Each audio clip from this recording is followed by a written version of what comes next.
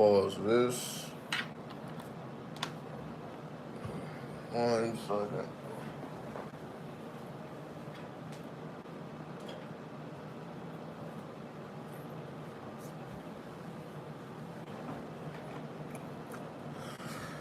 All right.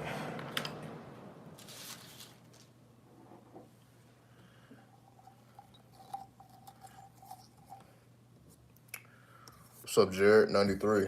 93, 93, 93. Do what thou wilt should be the whole of the law. You already know.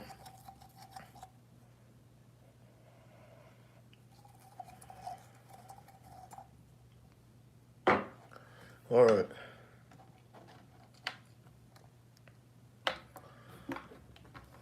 So tonight's particular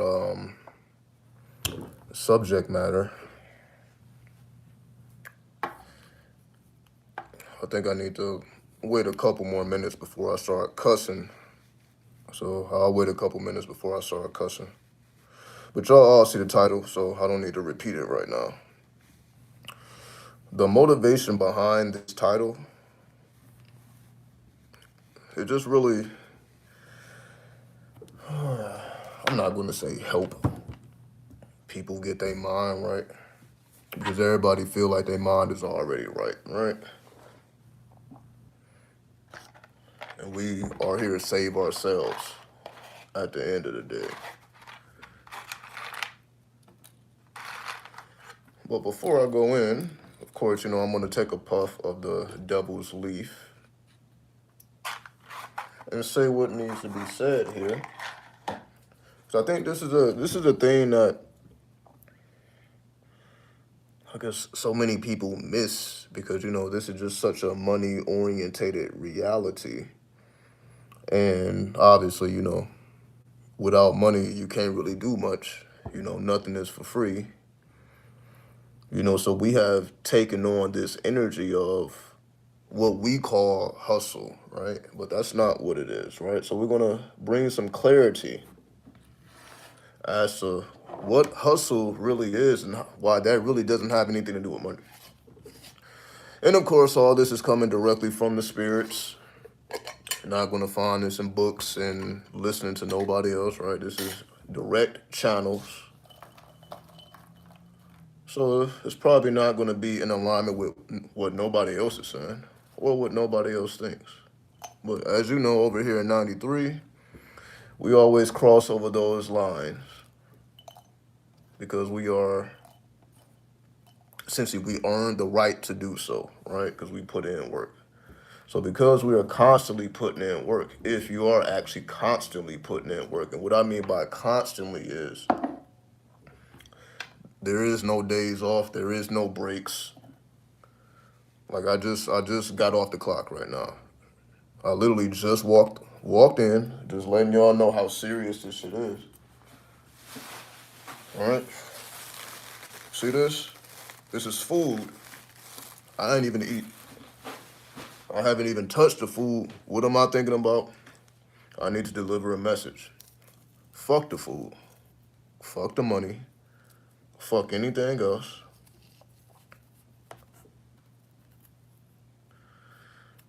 Because it's easy to get lost and caught up in the bullshit. But anyway, I will further explain in just a second. We're just preparing the mixture.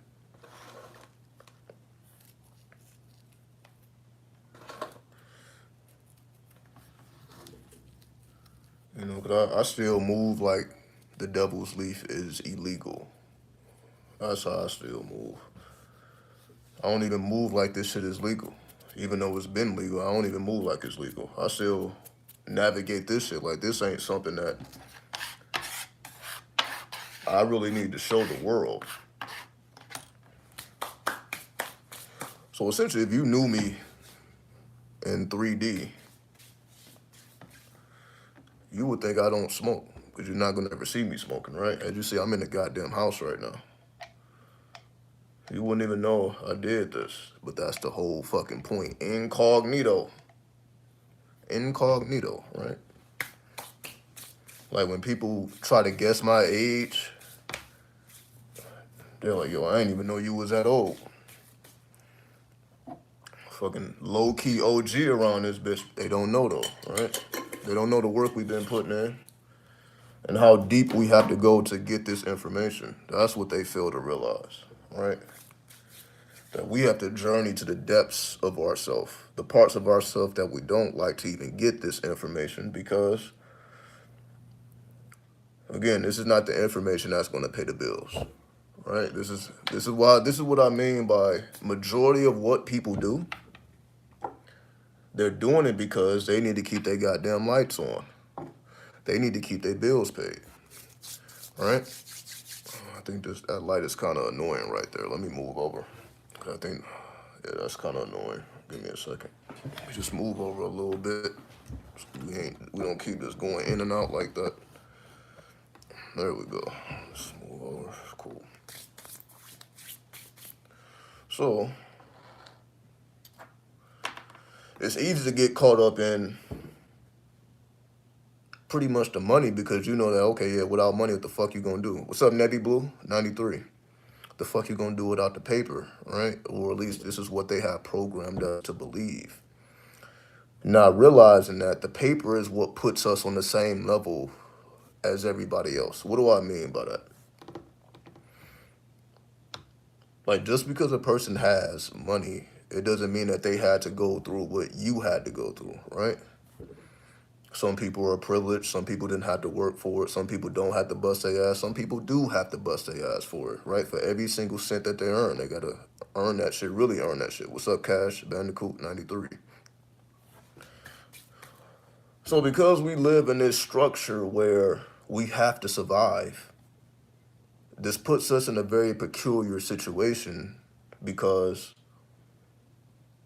are you going to jeopardize your own survival by being too real? Are you going to jeopardize your survival because it's the right thing to do?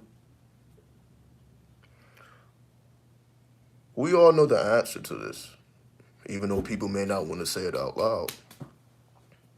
Are you going to get your goddamn lights cut off because you're trying to do the right thing? I didn't think so, right? So we're all, if you about the money game, you have to give up a part of yourself, because we know that, I'm not saying that you have to do negative things to earn the money, because you may be doing something in the legal bounds, earning every dollar legally, no problem. But that doesn't mean that you have hustle. A person punches the clock or even works for themselves, that doesn't mean they have hustle. Even though that's like, okay, no, that actually does mean they have hustle, because that's how you get up every day and how you have energy to do things that even you don't want to do, right? This is what we have been made to believe, right? So basically we say a hustler is somebody who's pretty much out on the grind, sun up, sun down, right? Motherfuckers are navigating around, so on and so forth. That would be the definition of a hustler, right? Somebody who got multiple ways of getting money, right? They're not really limited to one direction. So essentially, we know that connects to the energy of Mercury. So if anybody has any hustle, we know that resonates with the number 5, or the energy, the planetary energy of Mercury, right? Which is the fastest moving planet. However, as we see, when we begin to dig deeper into the occult, it doesn't really work out the way that we think. What do I mean? If we actually break down the word hustle, do you think it breaks down to the number 5? Even though we can say, okay, hustle, that seems to be in the realm of Mercury. But if we want to be right and exact, what planet do you think hustle actually connects you to? That will give you a real estimate of what it's actually talking about without you having to refer to a dictionary, which is basically what I'm saying here. Put the dictionary down, come to your own conclusions based off of the mathematics, right? Keep that off for a second, because if we do that, I'm just going to do this in real time, because I didn't do this before I made the video. Again, everything is happening in real time, right?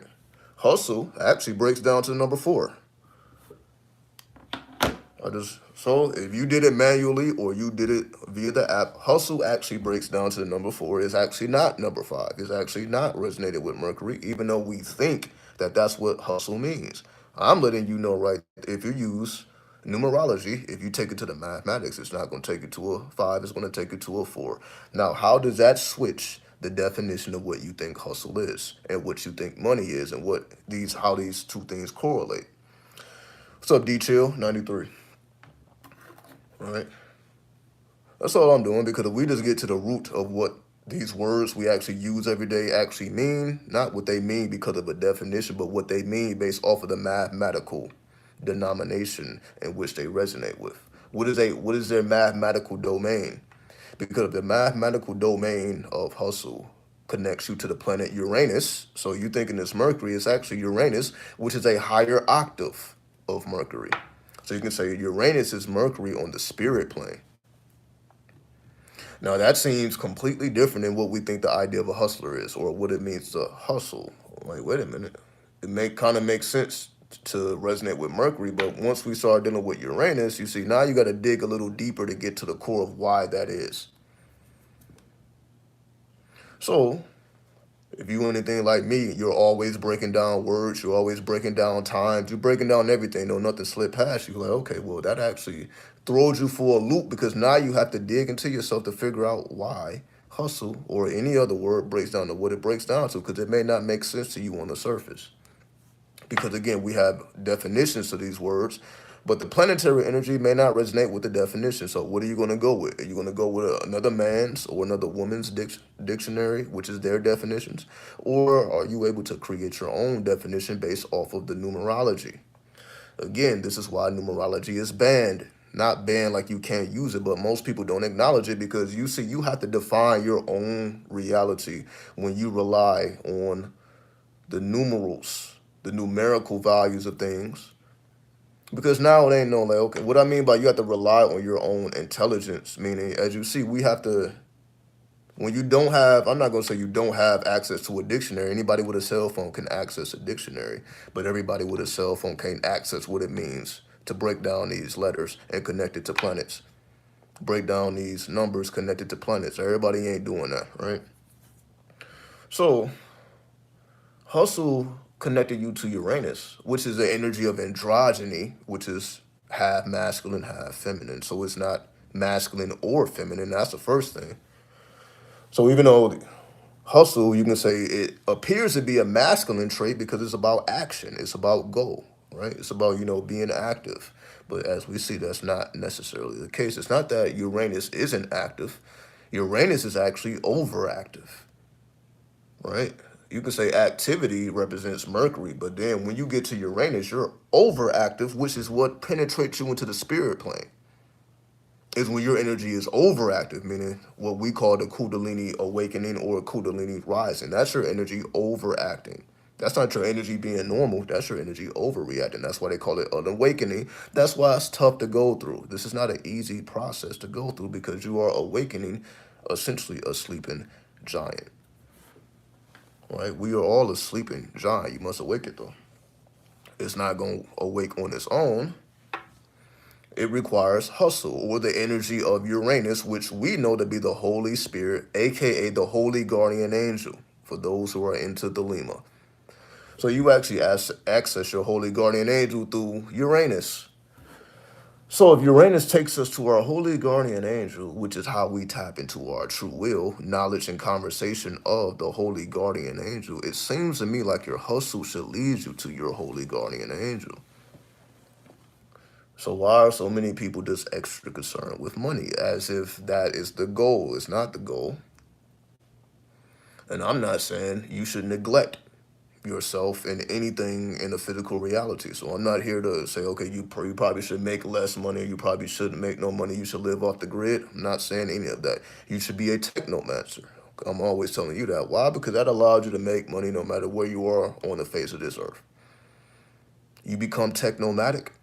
It don't matter if you're in Japan, America, the Philippines, you're able to make your ends, right? But does the average person have this type of mentality? No. Because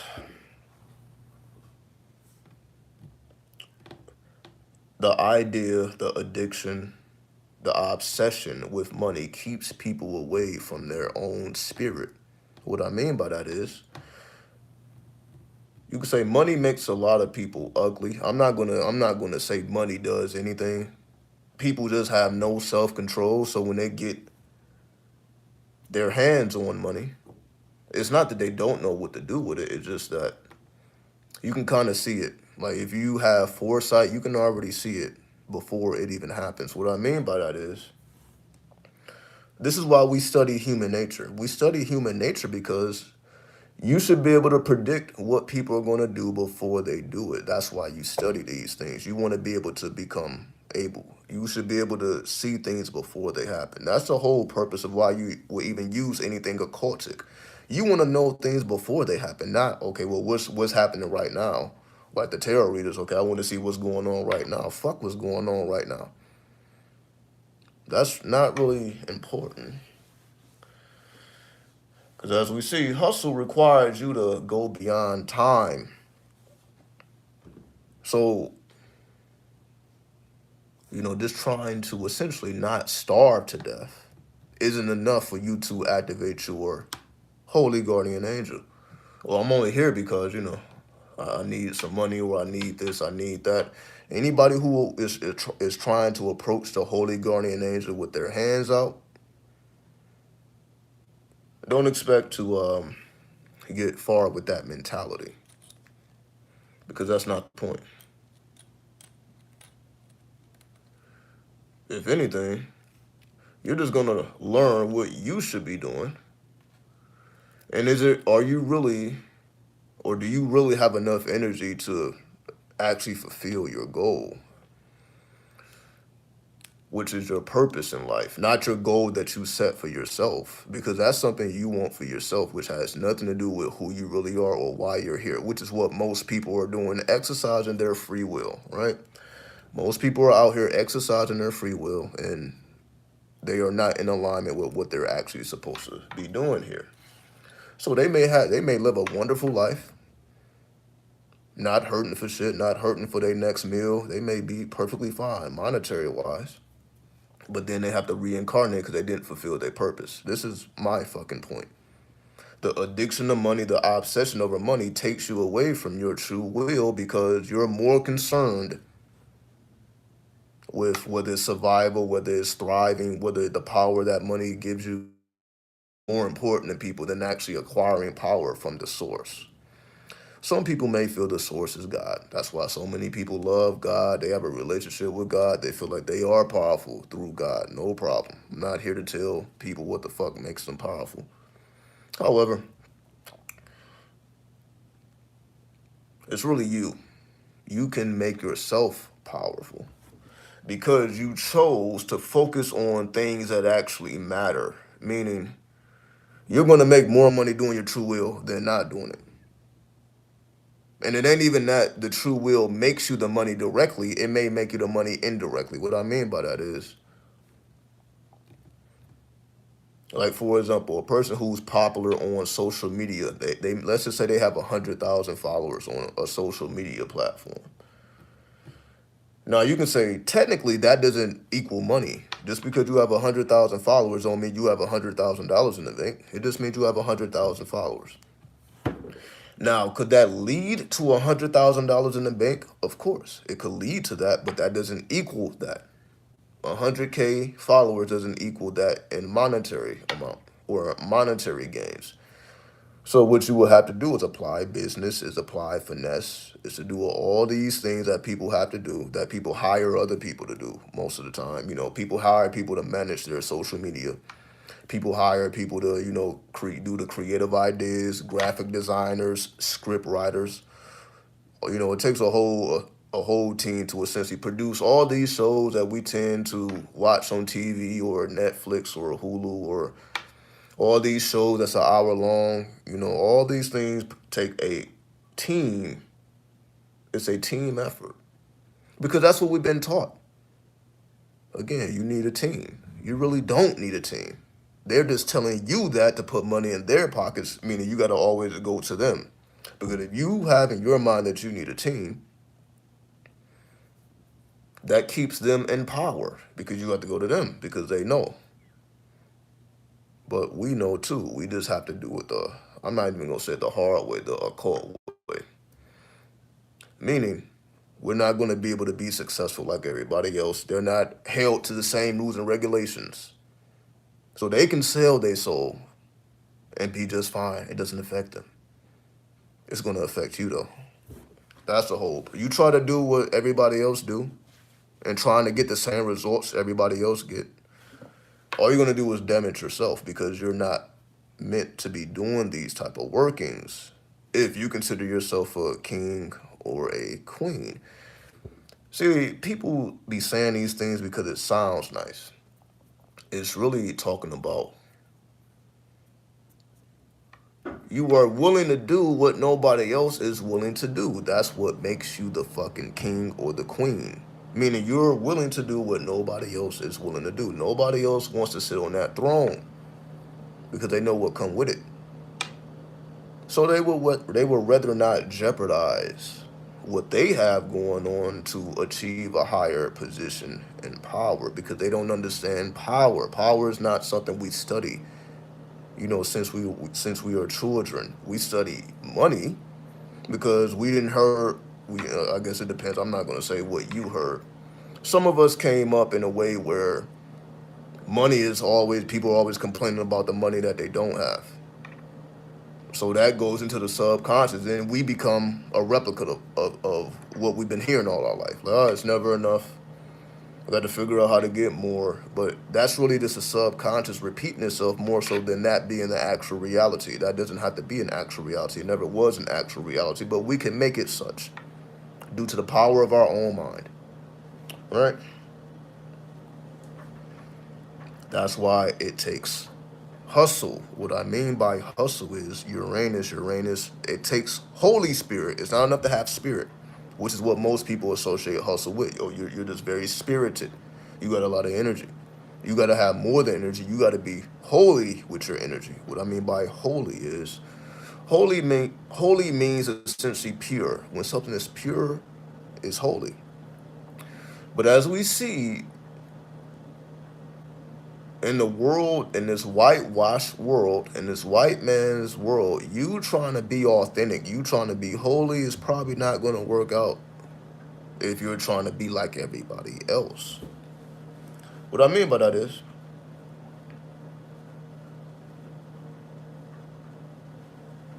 most people don't consider themselves holy. That's why they are close to God. They feel God is holy. They don't feel they are holy. They feel God is holy.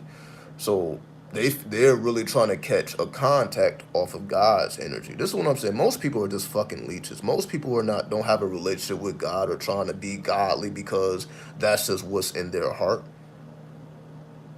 They want something in return. Because how many people think you think would be godly if they didn't think that they would be going to heaven because of it? Or they didn't think that they were being rewarded for it at the end of their life. People are doing what they are doing because they feel that they're going to be rewarded for it. They're not doing it because that's just in their heart. That's why most people are fake. It's like that. You ain't even in church right now because you just are just your spirit is filled with the holiness. No, you just know that if I'm not here, if I don't have a relationship with God, then I'm guaranteed to go to hell. This is how most people think. So I at least have a shot at heaven if I have a relationship with God or if I'm saved. So I have a shot. It's not guaranteed though. Imagine dedicating your life to Christianity just to go to hell. Imagine dedicating your life to Islam just to go to hell. Imagine dedicating your life to Judaism just to still go to hell. Because you didn't make the cut for whatever fucking reason. You ain't make the cut. So that means you didn't wasted your whole fucking life trying to develop a relationship with God, thinking you're going to be rewarded, and then you're not. So how many of those people you think would make a decision to reincarnate and to do this shit over again versus the people like, all right, fuck it, I'm just going to go to hell? Because in their mind, they're holy. In their mind, they're close to God. They got a relationship with God. So are they just going to accept hell? Nope. This is what I mean. This is why people are fake. This is why people don't even know who they are. Because I'm like, if you just look at the foundation of why people even do what they do, it don't even make no damn sense. Everything is crooked in this goddamn world. Like, okay, like, are we really about to waste our life trying to be something that we're not? Yeah, they will. Just make sure you don't. That's why you see I'm here smoking a goddamn devil's leaf. Why? Because I mean, if I wasn't, would I even be being myself right now? Especially when the book of the law tells you these drugs will not harm you. I don't give a fuck what they say. These so-called scientists, these so-called people that think they know, these drugs are actually fine. Well, is everybody going to believe that? No, but again, everybody's not 93. So I just try to live the shit out to the best of my ability. So if it say, yo, take these damn drugs, you're going to see me taking fucking drugs. Not because I just decided one day that that's a good idea or a bad idea. It really doesn't matter if it's good or bad. I just know it is recommended. If you're really trying to get to the source, it's recommended. Now, if you're religious, they're going to tell you to stay away from drugs. Be drug free if you're religious. Even though it's not going to help you, but be drug. It's just that most people can't control their shadow, so they have to be sober. Most people are not sober because they just have more discipline and more principle than the next person. They actually have less. That's why they stay away from drugs. Imagine that. Imagine that. They don't smoke or drink because they know what's in them, so they stay away from it because they know what's going to come out. Versus that's just something that they don't give a fuck about at all. No, they know what's in them, so they don't want to engage in activities that's going to bring out the part of them that they're trying to hide from the world. Because that's all that happens when you drink or when you smoke. Now it's revealed what you're trying to hide. That's why you see here my face is always some goddamn devil leaves smoke. Because now that just means I'm not hiding. I'm doing this shit right on camera. What the fuck am I hiding from, right? But we know that that's the average person is not doing that shit, right? They're gonna lie, they're gonna deceive, they're gonna manipulate, and they do it without even thinking about it. This is just how raw human nature is. Most people lie, deceive, manipulate, and they're not even thinking about it. It's not even conscious. So that's why they don't feel like they're doing anything because do you really think a woman feels that she's being manipulative or deceiving when she wear tight ass yoga pants and spandex with a G string? Do you think she's like, okay, I'm just about to give people a hard ass time today? Because they're going to be looking at these goddamn curves. And I know they are, but I just, fuck it. Fuck it. Do you really think that they're thinking about this consciously like it's a chessboard?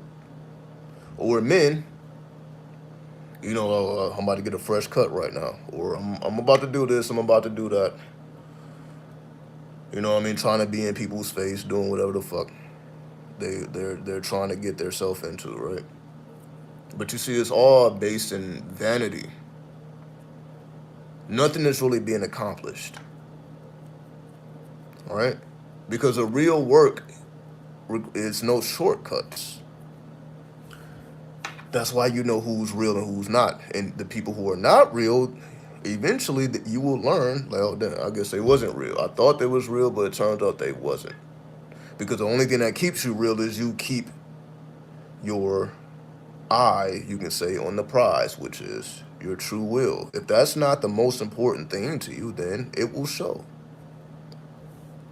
How do I know? Well, I've been around for long enough to see it all happen, all right? So to just take me out of the picture. We don't even have to put me in the picture. I just see that just even with technomancy, because essentially that's what people, for example, if you're trying to get any type of success in the digital world or the internet, it requires you to be a technomancer, right? We know this. Essentially, which is a content creator, right? And we know most people just consume content. They're not creating content, they're consuming content. So their energy is not even balanced. Just that alone. Like, okay, I'm going to consume content, but I'm not going to create content. I just want to watch. I don't want to create. A lot of people, especially when people are not motivated, like, okay, like why even try when I'm only going to be speaking to 10 people or My views ain't gonna be up there. Everybody has any type of excuse why they shouldn't, because they're looking at everybody else. 1,000 people may be watching them, only 10 people will watch you. So of course, I guess the weaker person will feel some type of way, like, all right, what's the point of even doing this? Then when you put that on top of you're not making any money, especially at first, because you gotta do a whole lot of work just to even get monetized on YouTube, but if that's even what you want to do. So you're not just automatically monetized, you gotta put in the work to even be granted the opportunity to do so. So that's telling you right there, like, all right, well, you have to create. It's no longer, you no longer have the option to just consume. You have to create, because that's what balances your energy as a technomancer, if that's what you consider yourself to be. And that's why you see me popping the fuck up, right? What's up, Arye? 93. I keep showing the fuck up. This is show and prove. And what I mean by that is,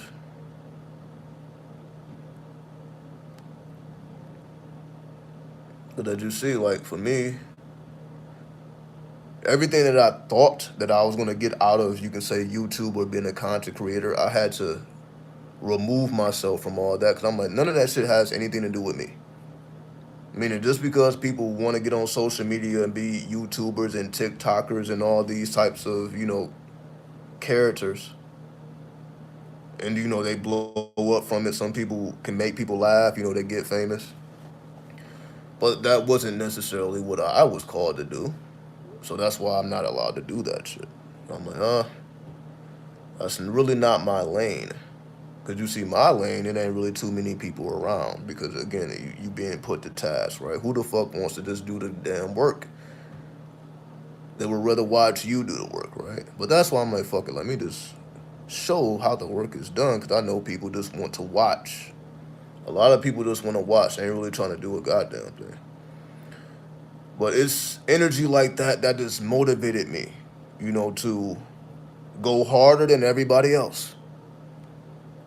That's just the plutonic current in me. I'm like, all right, I just gotta outdo everybody. Which is essentially what I did. Like, there is nobody on YouTube that has more content about the Lima than there's this. They don't exist, and they won't exist. Because I feel like this was just for me to do. I feel like I was just chosen to do this. I'm like, ain't nobody else around this bitch. And I don't really see people really in a rush to even say that they are even a part of this. And I'm saying outside of the people that's, within 93, within us, right? Because obviously we're not the only people that study Crowley. We're not the only people that read the Book of the Law. And again, even other Thelemites, we don't even know who the fuck they are, because they're somewhere in the shadows, and I talked about that last time. So they ain't trying to come out the cut, but for whatever reason, I came out the cut. So because I had enough bravery to come out the cut, which is basically just document the whole journey, right? Because I was actually courageous enough to document the good, bad, and ugly, because y'all didn't seen it all. You didn't saw the good, you didn't saw the bad, you didn't saw the ugly, right? And because I was willing to show forth that, I was able to supersede even people who, you can say, know more than me about the Lima or Aleister Crowley or 93.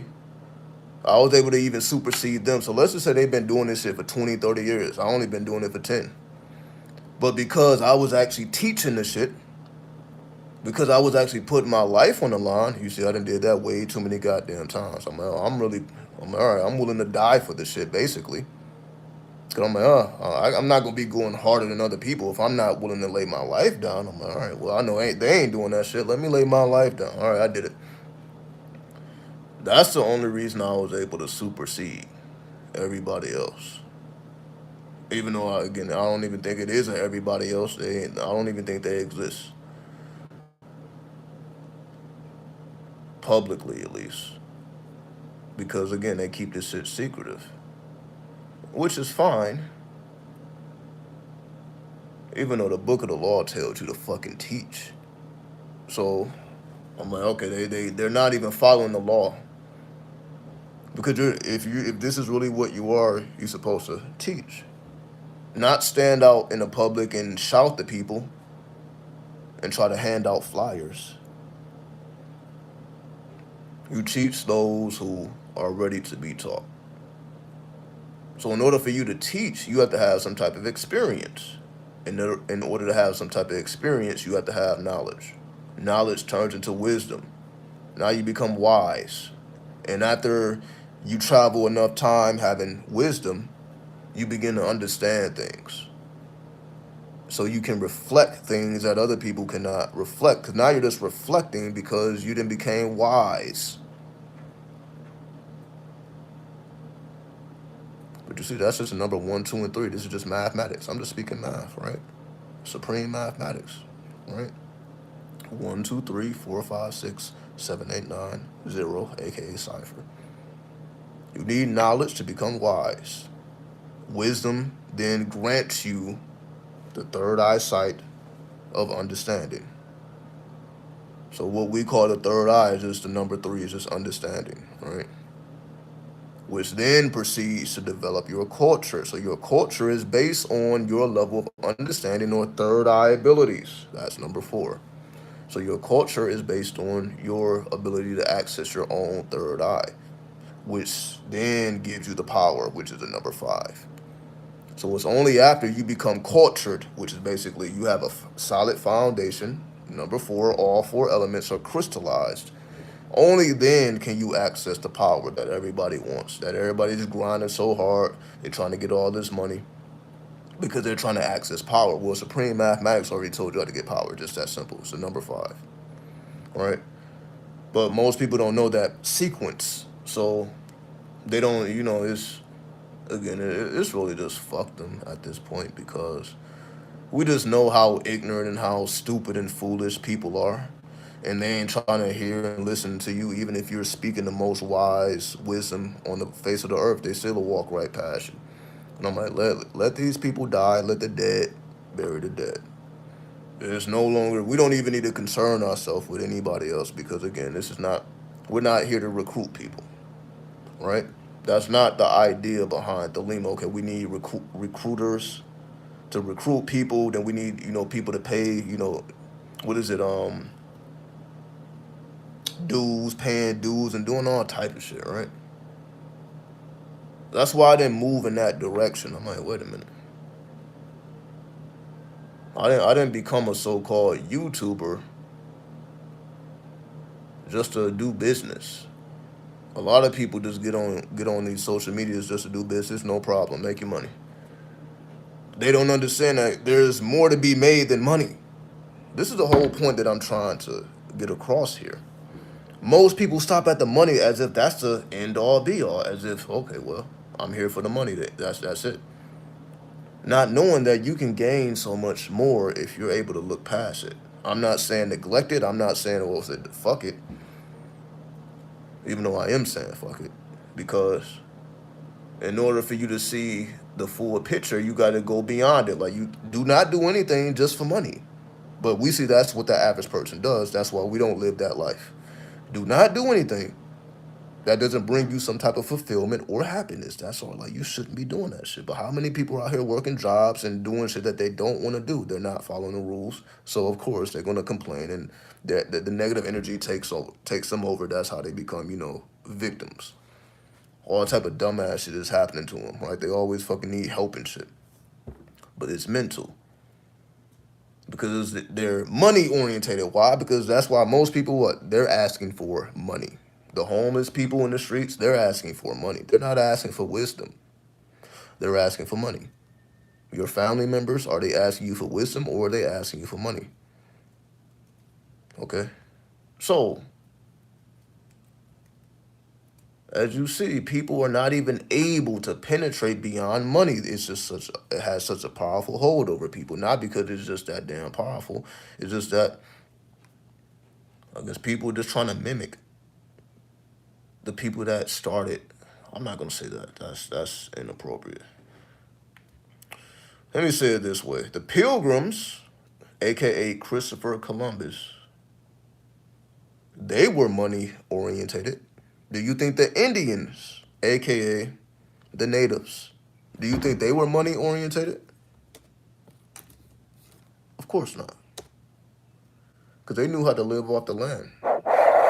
You know, there was really no need for them to have $1 million fucking dollars. What the fuck would they do with it? Most people don't even know what the fuck to do with it. Even to this day, even people who desire whatever amount of money they feel they deserve, they don't even know what to do with it. Because if you knew what to do with it, you can get it. Meaning, if it's all about the flip, I'm trying to turn 10,000 to 100,000. I'm trying to turn 100,000 to $1 million. Well, if you know how to flip, then it ain't shit stopping you from getting that, right? It's only when you don't know how to flip that you can have $100,000 in your hand and you just don't know what to do with it because you haven't learned what to do with money and how money makes more money, as we know with investments, but you have to know what to invest in. So it's kind of hard to go from a 9 to 5 mentality. You know, now you are responsible for yourself. Essentially, now you have to advertise yourself. Now you have to promote yourself. Now, any type of motion that you have is because of your own hustle. Hence, would anybody really care if I wasn't making the videos? All right. If I didn't continue to show up, do I feel people should care? I don't think so.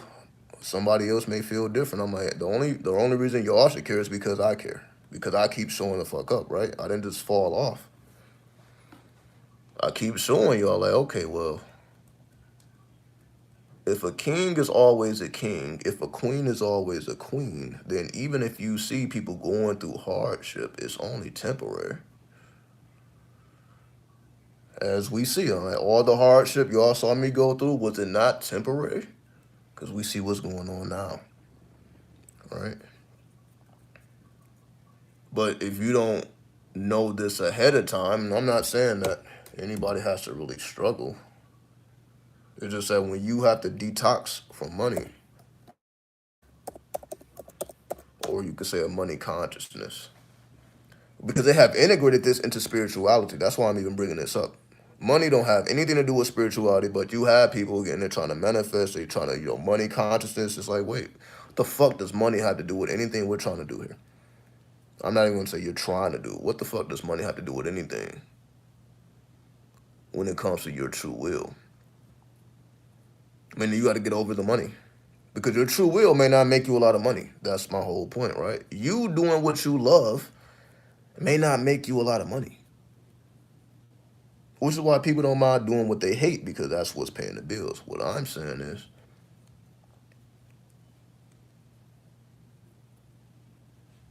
and this will be the last thing before I actually inhale the double sleep. You see, we've been live 44 minutes. I ain't even took a hit, right?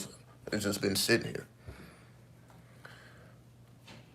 Because, now the spirit is just activated. But the spirit is activated because, again, I didn't put myself through hell willingly, right? I didn't willingly put myself through hell, and I was able to get the results and the jewels of wisdom that most people miss because they ain't trying to go there, right? Because they are trying to stay away from hell, and I just drop my whole ass into it. That's how I get here, right? That's how we are here.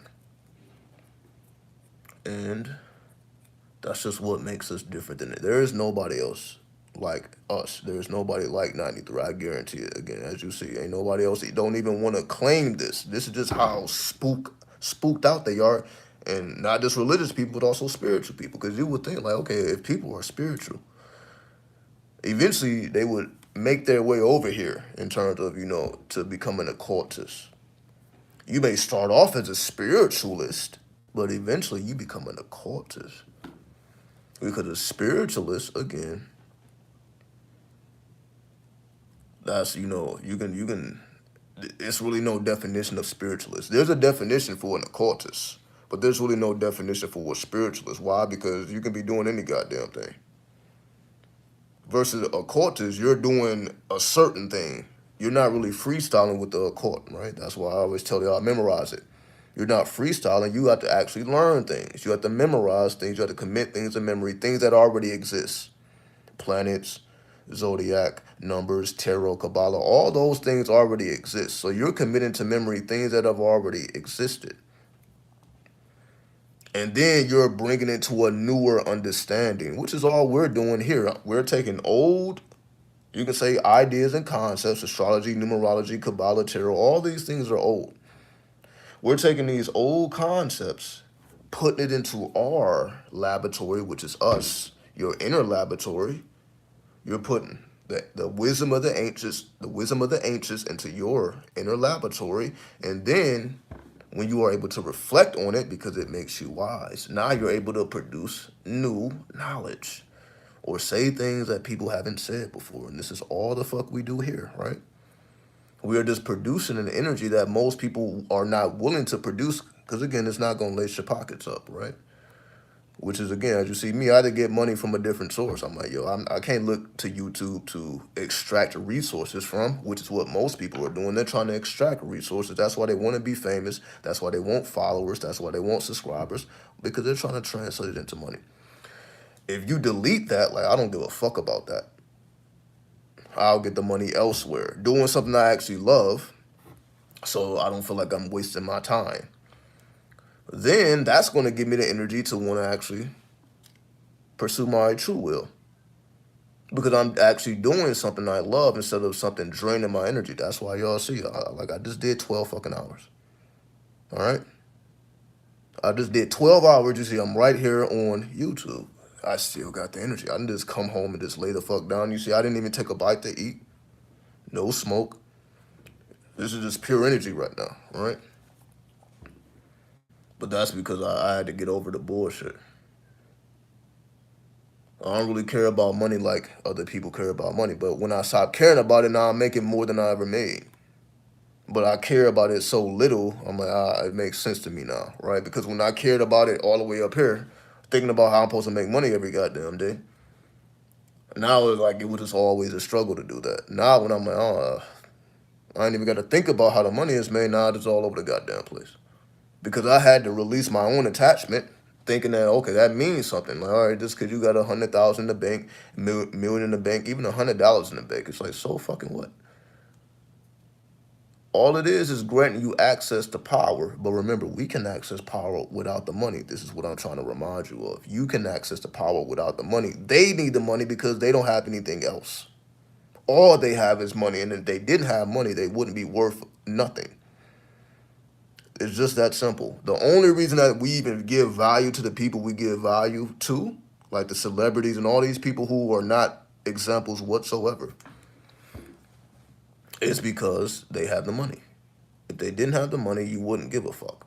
Just like we don't give a fuck about people that don't got the money, other than people you actually know, family and friends and all that. But the reason why people are just so captured by people who really don't have anything, why does he like the devil? Because the devil gives him nothing. It's just that simple. We think we're getting something, but we're not getting anything. Let's just say a person had $1 million. There's cars that cost $1 million. There's houses that cost $1 million. It's not hard to spend $1 million because they already got something for you to buy. But people don't see the trickery. I'm like, okay, so I'm supposed to work my ass off to become this so-called millionaire just to buy a bunch of shit I really don't need like that. Okay, do you really need to buy a goddamn mansion?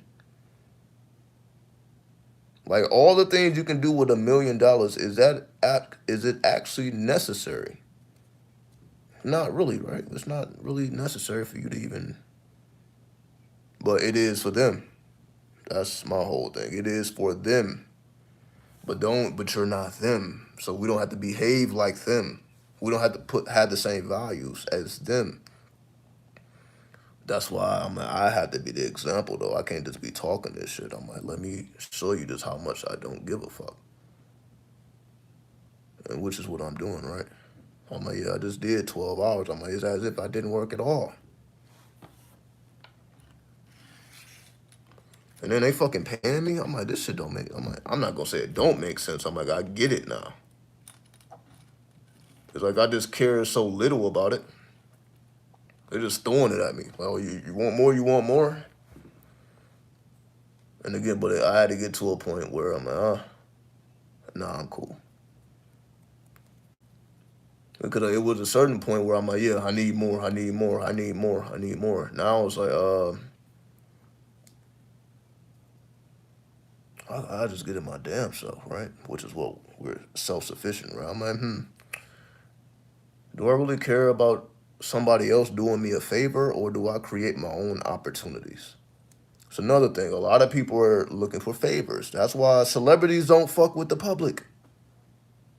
Why? Because somebody's always coming with their fucking hand out. So the public is unlikable. They don't know how to act. They don't have no goddamn self-control. Let a celebrity walk out, the people are going to lose their goddamn mind. They're not going to treat the celebrity with respect. They're going to disrespect the celebrity.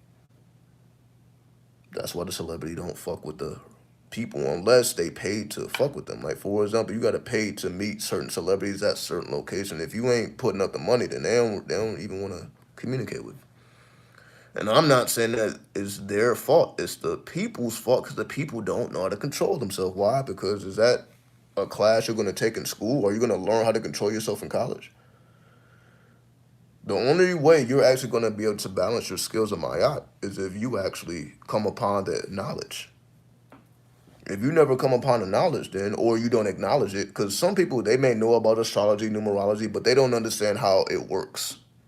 Because you see, you got to put it together. So even tarot readers, numerologists, astrologers, they still don't know how it works because it ain't put together. But this is all we talk about. I'm like, yo, we actually need to put this shit together. That's how it actually activates. You can't use these separate components like you're really doing something, but that's exactly what people do. I'm like, people will do the absolute ridiculousness because they think they tapped into something and they didn't tap into anything. Essentially what I mean is, do you really see people getting more advanced? Are the astrologers out here? Are the astrologers out here really bringing you some forbidden information that you knew nothing of? Are the numerologists out here really cracking your skull open? Are the tarot readers, the kabbalists, are they really cracking your mind open? Like, yo, that was heavy. I would have never thought about that. Are they really taking you to those chambers? Because if they're not,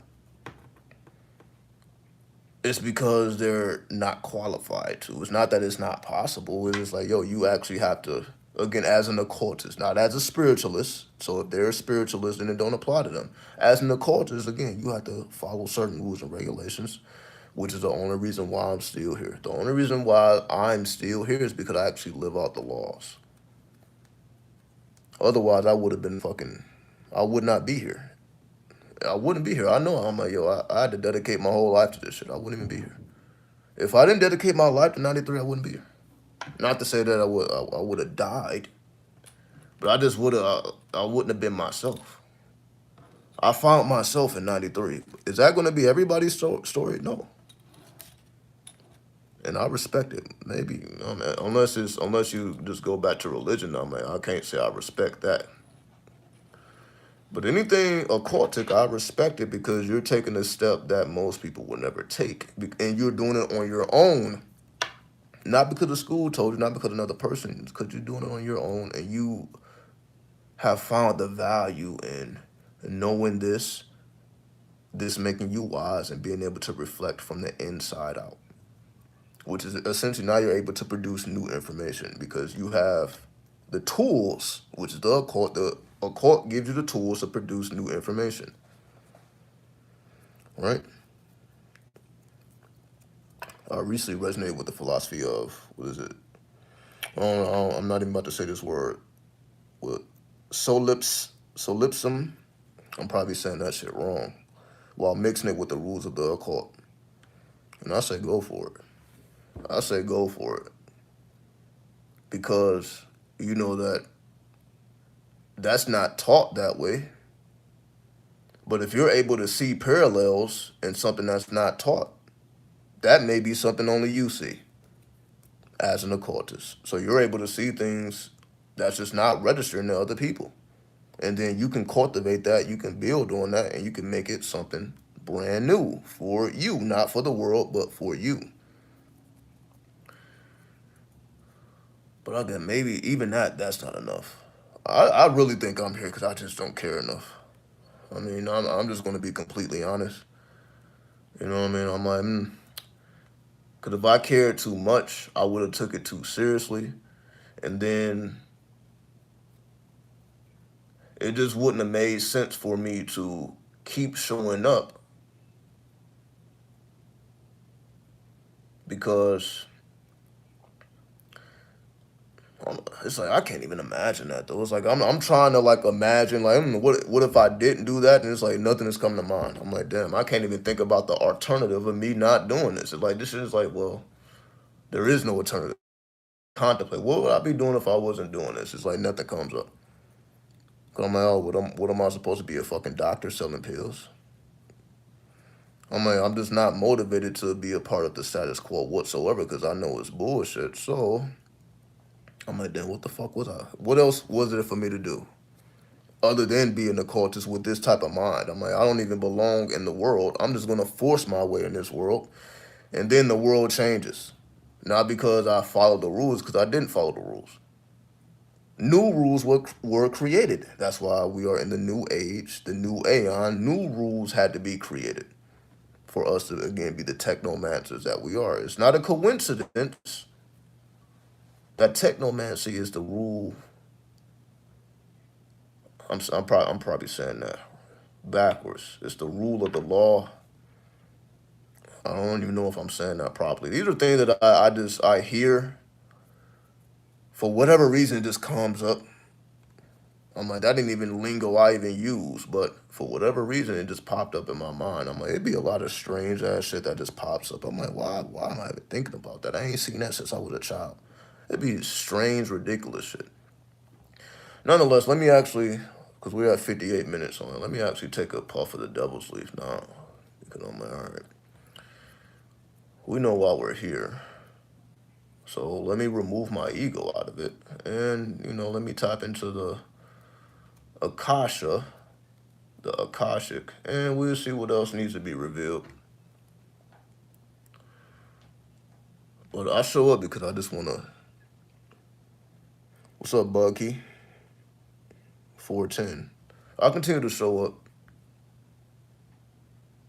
because I just know like there's no greater energy than 93, and for me to quit, for me to slow down, for me to not show and prove that on a daily basis, it's like I'm doing myself an injustice. Because I'm like, the 93 is the reason why I'm even in a position of power now.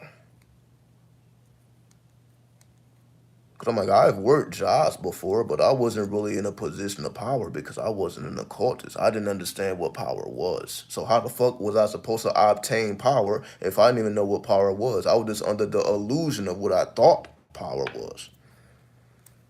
But that was an illusion. It wasn't based in reality. Once I began to engage in the reality of what power was, now all of a sudden, I'm in a position of power. And I only put in one goddamn resume. Again, that's why I say I'm all right. I was not the person who was job hunting. I was not the person who was filling out applications every day. I put in one fucking application, one time, and that's it. Like, nah, I'm there. That was the only This is what I'm saying. So I didn't do it the traditional way. That's not the way you should job hunt. You probably should put in more than one application. But I was already convinced it's this company or no company. I'm like, if I'm gonna work for anybody or anything, it's gonna be this company. Fuck everything else. Nah, I'm there. Is what I mean by that is that's just me showing the example of I'm not just about to take anything because I want money. It has to come from this source because I would actually enjoy what I'm doing here versus just making a dollar, but I don't enjoy what I'm doing. So if I'm not enjoying what I'm doing, the money is not worth it. So I'm like, for the money to be worth it, I have to have pleasure in my abilities. Not in my abilities, but pleasure has to be the result, as we call it joy, which is different than happiness. Because anybody can be happy. You can be happy with nothing. But are you going to be joyful with nothing? Probably not. Right? Because again, people have all these philosophies on, like, they felt better when they reduce, their living expenses and, living minimalistically, so on and so forth. Cool. What I'm saying is have hustle. Real hustle. The number 4, Uranus, which is going beyond the boundaries of Saturn. The next planet you run into after Saturn is Uranus. Saturn represents the status quo. So that means you are going beyond the status quo. You are going beyond the worldly consciousness, all that Saturn. The worldly consciousness, the status quo, your career, hard labor, all the shit that people don't enjoy doing. Remember, Saturn is a malefic energy. So, of course, why the fuck would people enjoy these things?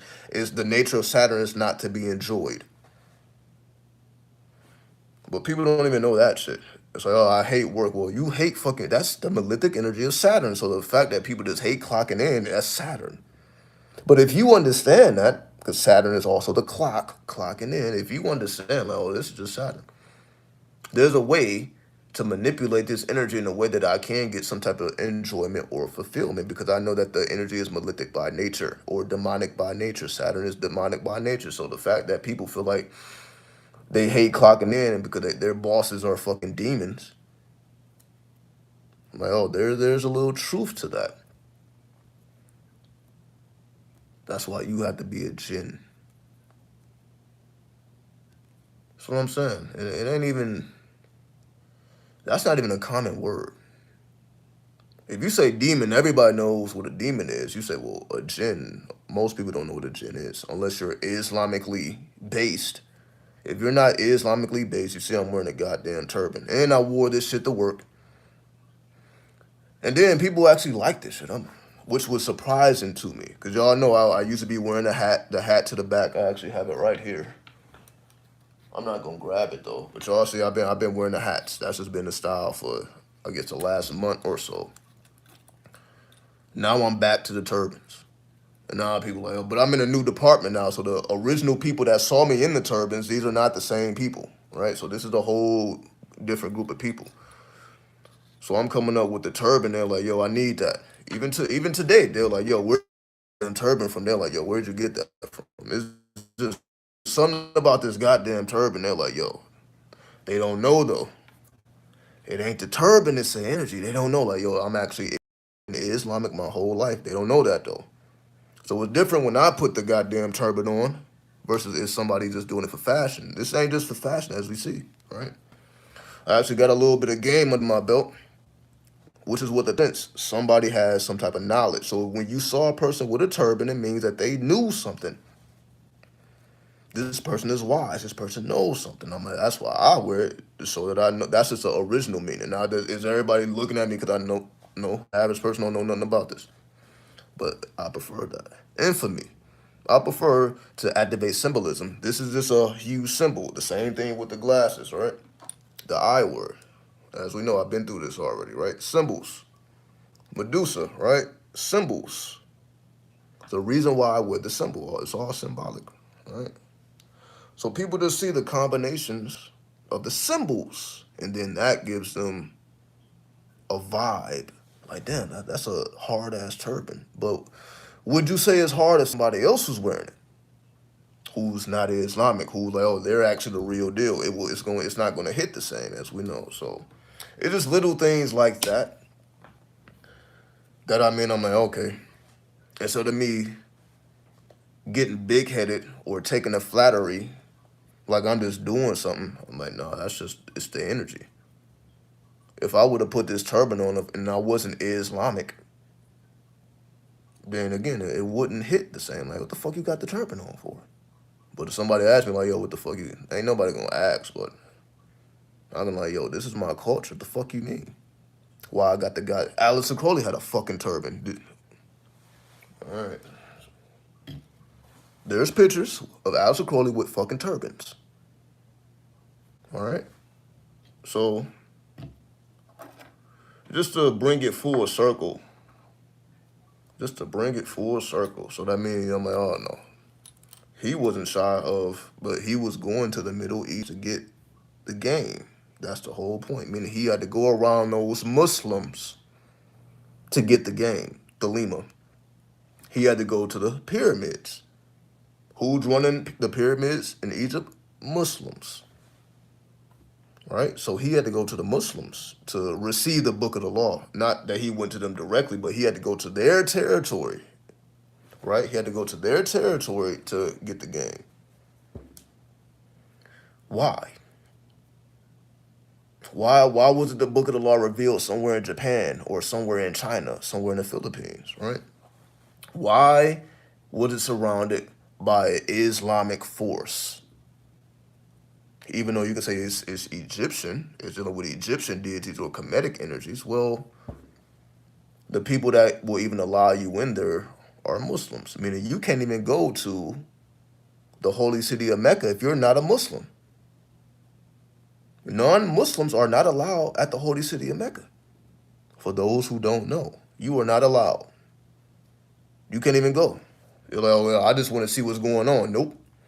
I just want to take pictures. Nope. You are not even allowed in a whole fucking city, not just a location, a whole city. The whole city of Mecca, you can't even go there. If you ain't Muslim, you're not allowed at all. Like, you can't. I'm like, how do you even fucking prove that a person's Muslim? They probably got to pray and speak Arabic and do something like that. Other than that, they're not allowed.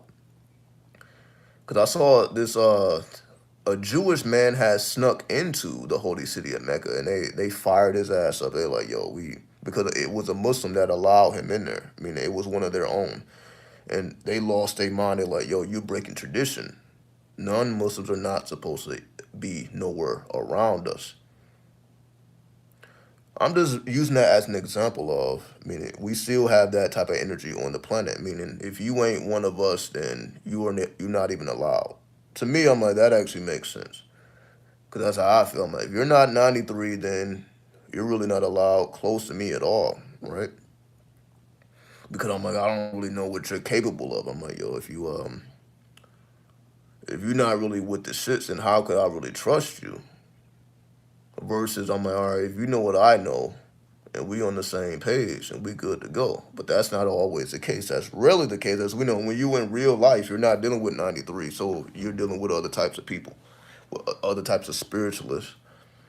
Because we're really not running into occultists. That's not the average occupation that people have. That's not something that people look forward to being.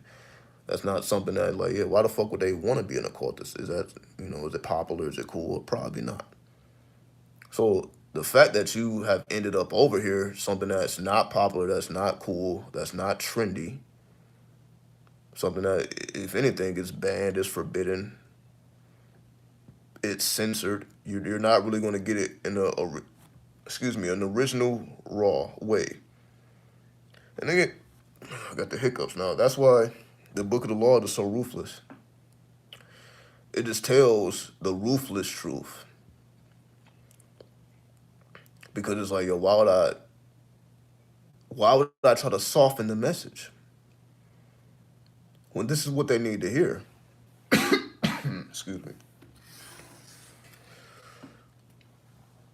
So it's just, I'm always looking at things in the sense of people are not able to be good Christians and good Muslims and good Jews because the book is just too long. Their holy books are just too long. You could memorize the book of the law. All right? You can memorize the book of the law by heart if you wanted to. Because it's only 12 pages. It's not, it doesn't require you to do anything ultra powerful.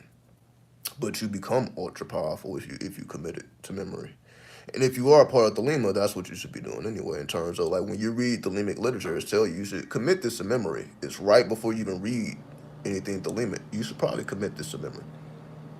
If you are of a certain grade, meaning as you rise up in the ranks, certain things is required for you to know. That's why I'm always telling you, memorize this, memorize that. That's how you level up. There's certain things that have to be committed to your memory. It works the same way in Islam.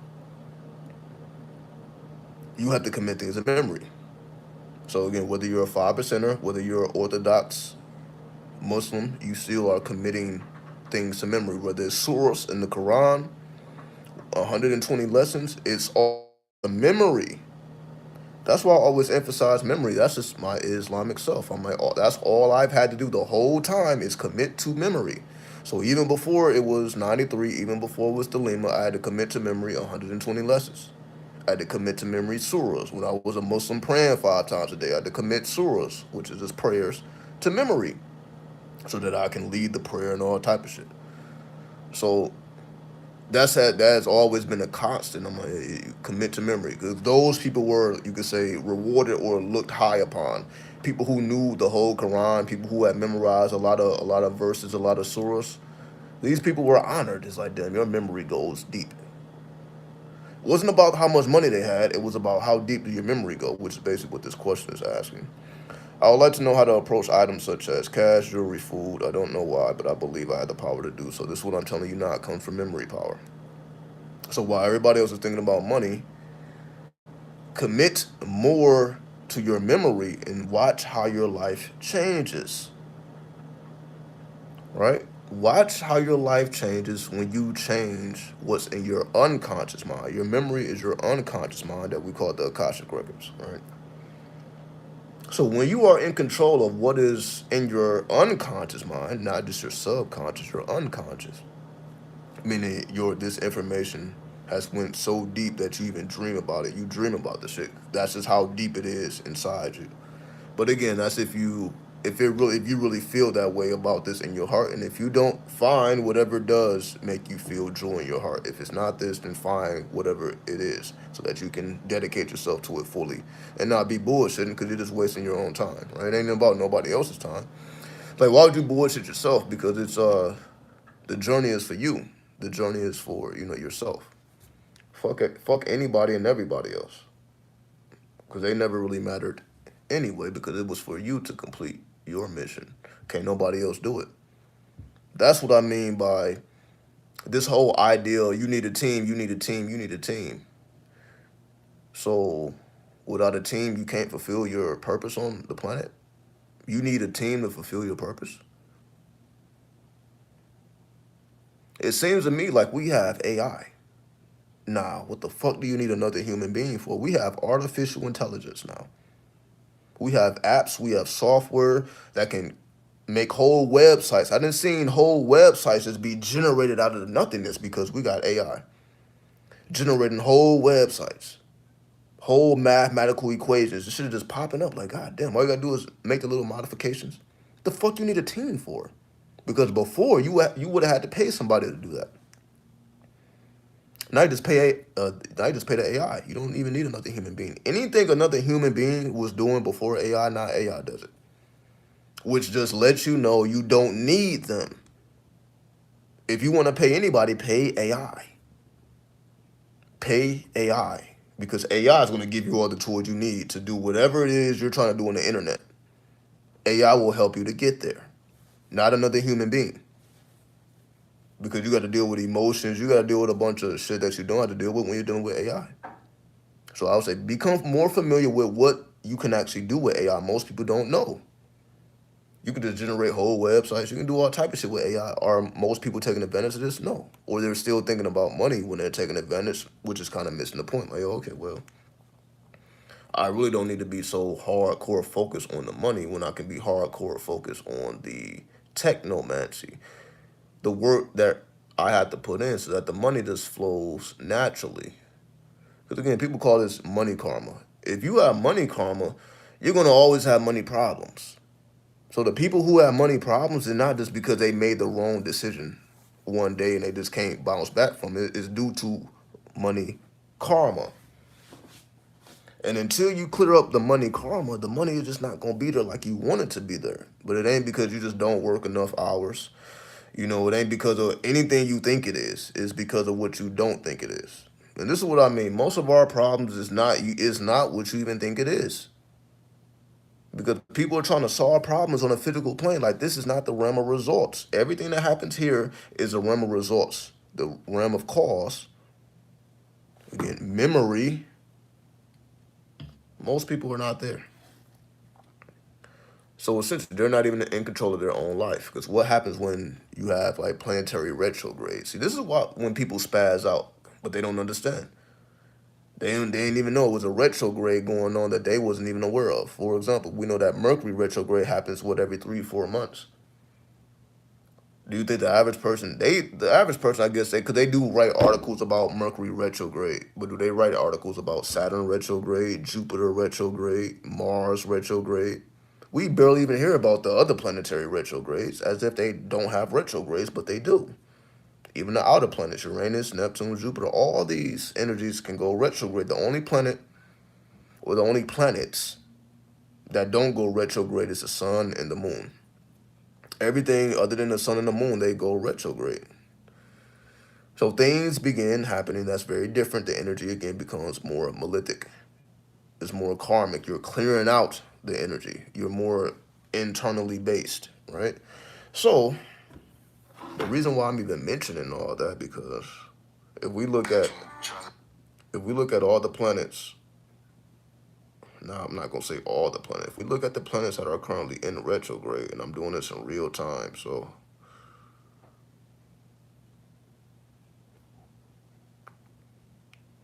actually I need to open this up.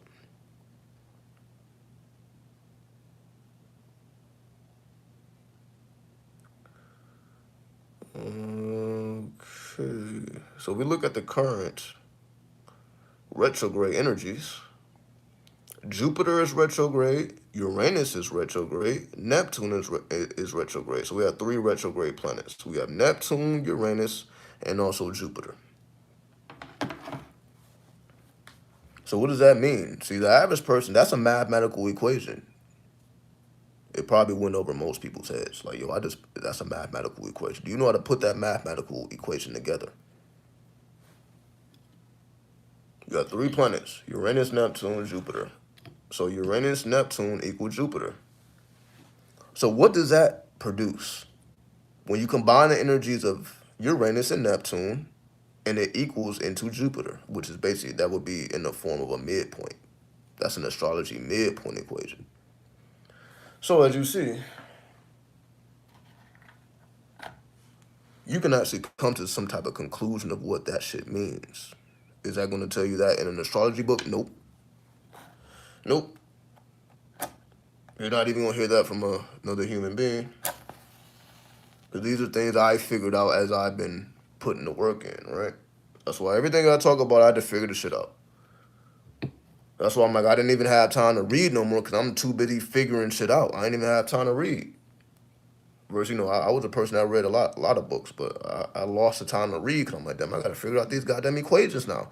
I done did enough studying about this shit. Now I need to figure out the equations of how to put this shit together. And that's essentially what I'm doing all the time. How do you put this shit together? What happens, for example, there's an answer to that. What happens when you combine Uranus and Neptune? Well, that's part 1. If you know the answer to part 1, you can go to part 2. Well, when you channel that energy of the result of Uranus and Neptune into Jupiter, what is the result?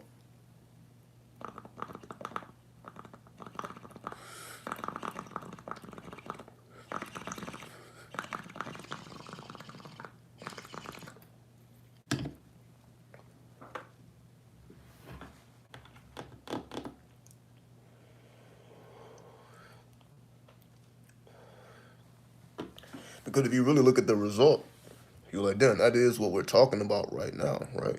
So I already brought up Uranus because of the definition of hustle, not the definition, the numerical vibration of the word hustle.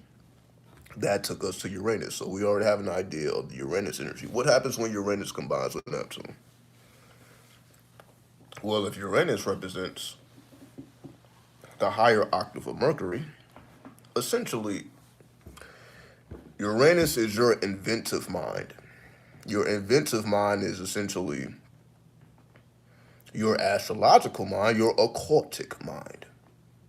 So if you really want to develop your occultic abilities and your occultic mind, that's what Uranus is for. Because remember, now you're outside the boundaries of Saturn, meaning now you're no longer influenced by the status quo, by the powers that be, by fear, that's why most people never pass Saturn. So if you're held back by fear, tradition, structures, all of the qualities that are associated with Saturn, you can't even begin to contemplate the outer planets because you're still locked within the inner planet, which is most people. So you see, I'm using astrology to even explain what's going on. Does most astrologers explain it that way? No. But again, it's like, I show you the path so that you can see how I arrived at the conclusion I arrived at. So you don't think I'm just saying anything. I'm like, okay, well, we know the qualities of these energies. So we can see how I arrived at the conclusion versus me just saying stuff. And that's why I always make it a point to show you how I essentially I show my work. Let me show you how I arrived at this conclusion so you can see that it is in alignment with the occult. It's not just me saying anything. It's in alignment with what these qualities represent. All right. That's what keeps us on point because we always are staying locked to that memory. What we have in the memory, what we commit to memory. You're just staying true to the occult, which we call the game. The game is the occult. Stay true to the game. Stay true to the occult. Stay true to what your ancestors gave you, and you will be okay. One thing the ancestors didn't give you was money, but they did give you game. And with the game, you can get money.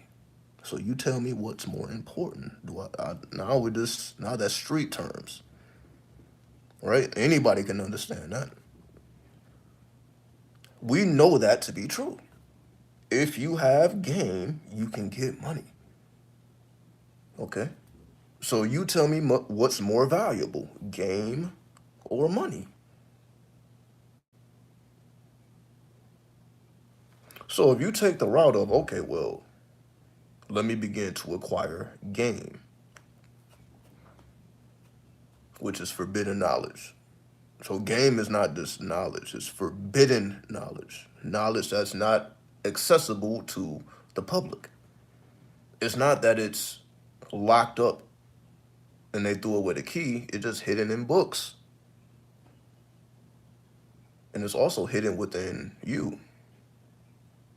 So you can't perceive these truths with the physical eyes because you have to go inside yourself.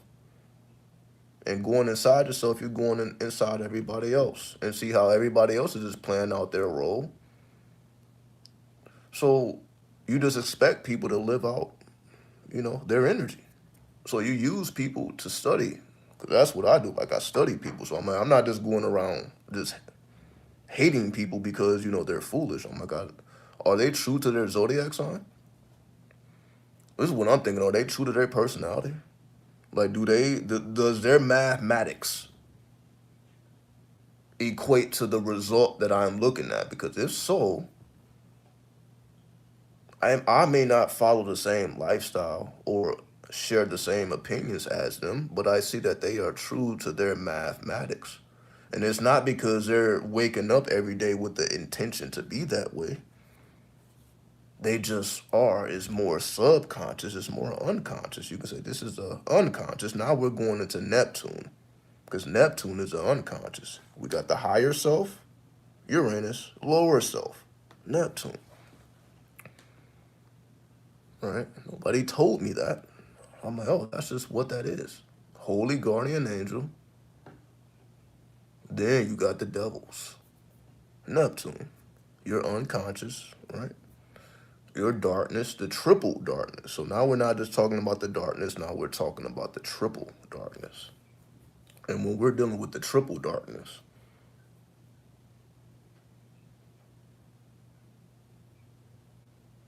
this is the difference between the subconscious mind and the unconscious mind.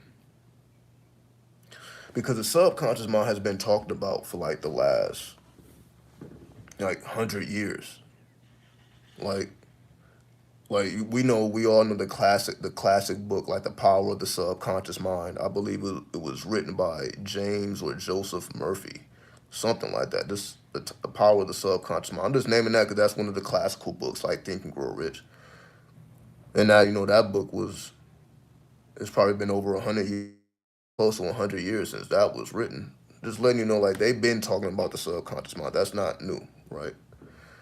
So most of the information we know about manifestation, we know about spirituality. It came from knowledge of the subconscious mind, which was the first grand revelation. Meaning, once we became aware that we don't just have a conscious mind, we have a subconscious mind, that changed the world. We don't know it, but it did, because we can look back and see, like, okay, when people begin to study the subconscious mind, which they call the New Thought movement, before the New Age movement, it was a New Thought movement. The New Thought movement is Think and Grow Rich, the power of the subconscious mind. This is all within the category of New Thought. All right. So how did New Thought become New Age? Because now people are familiar with the sub, like, oh, this is how you do it. In order for you to do anything, you have to do it through the subconscious. So people begin to put it in their form. So now the Christians is putting that lingo in their form, in their Christian lingo. The Muslims is putting it in Islamic lingo. So everybody pretty much took the same idea of the subconscious mind, and then they just put their culture on top of it. Now it becomes God. Now it becomes, again, your angel. Now it becomes anything other than what it really is, which is just, again, your personal AWAS. Meaning, your holy guardian angel is how you access knowledge that is what we call forbidden, is we call the game.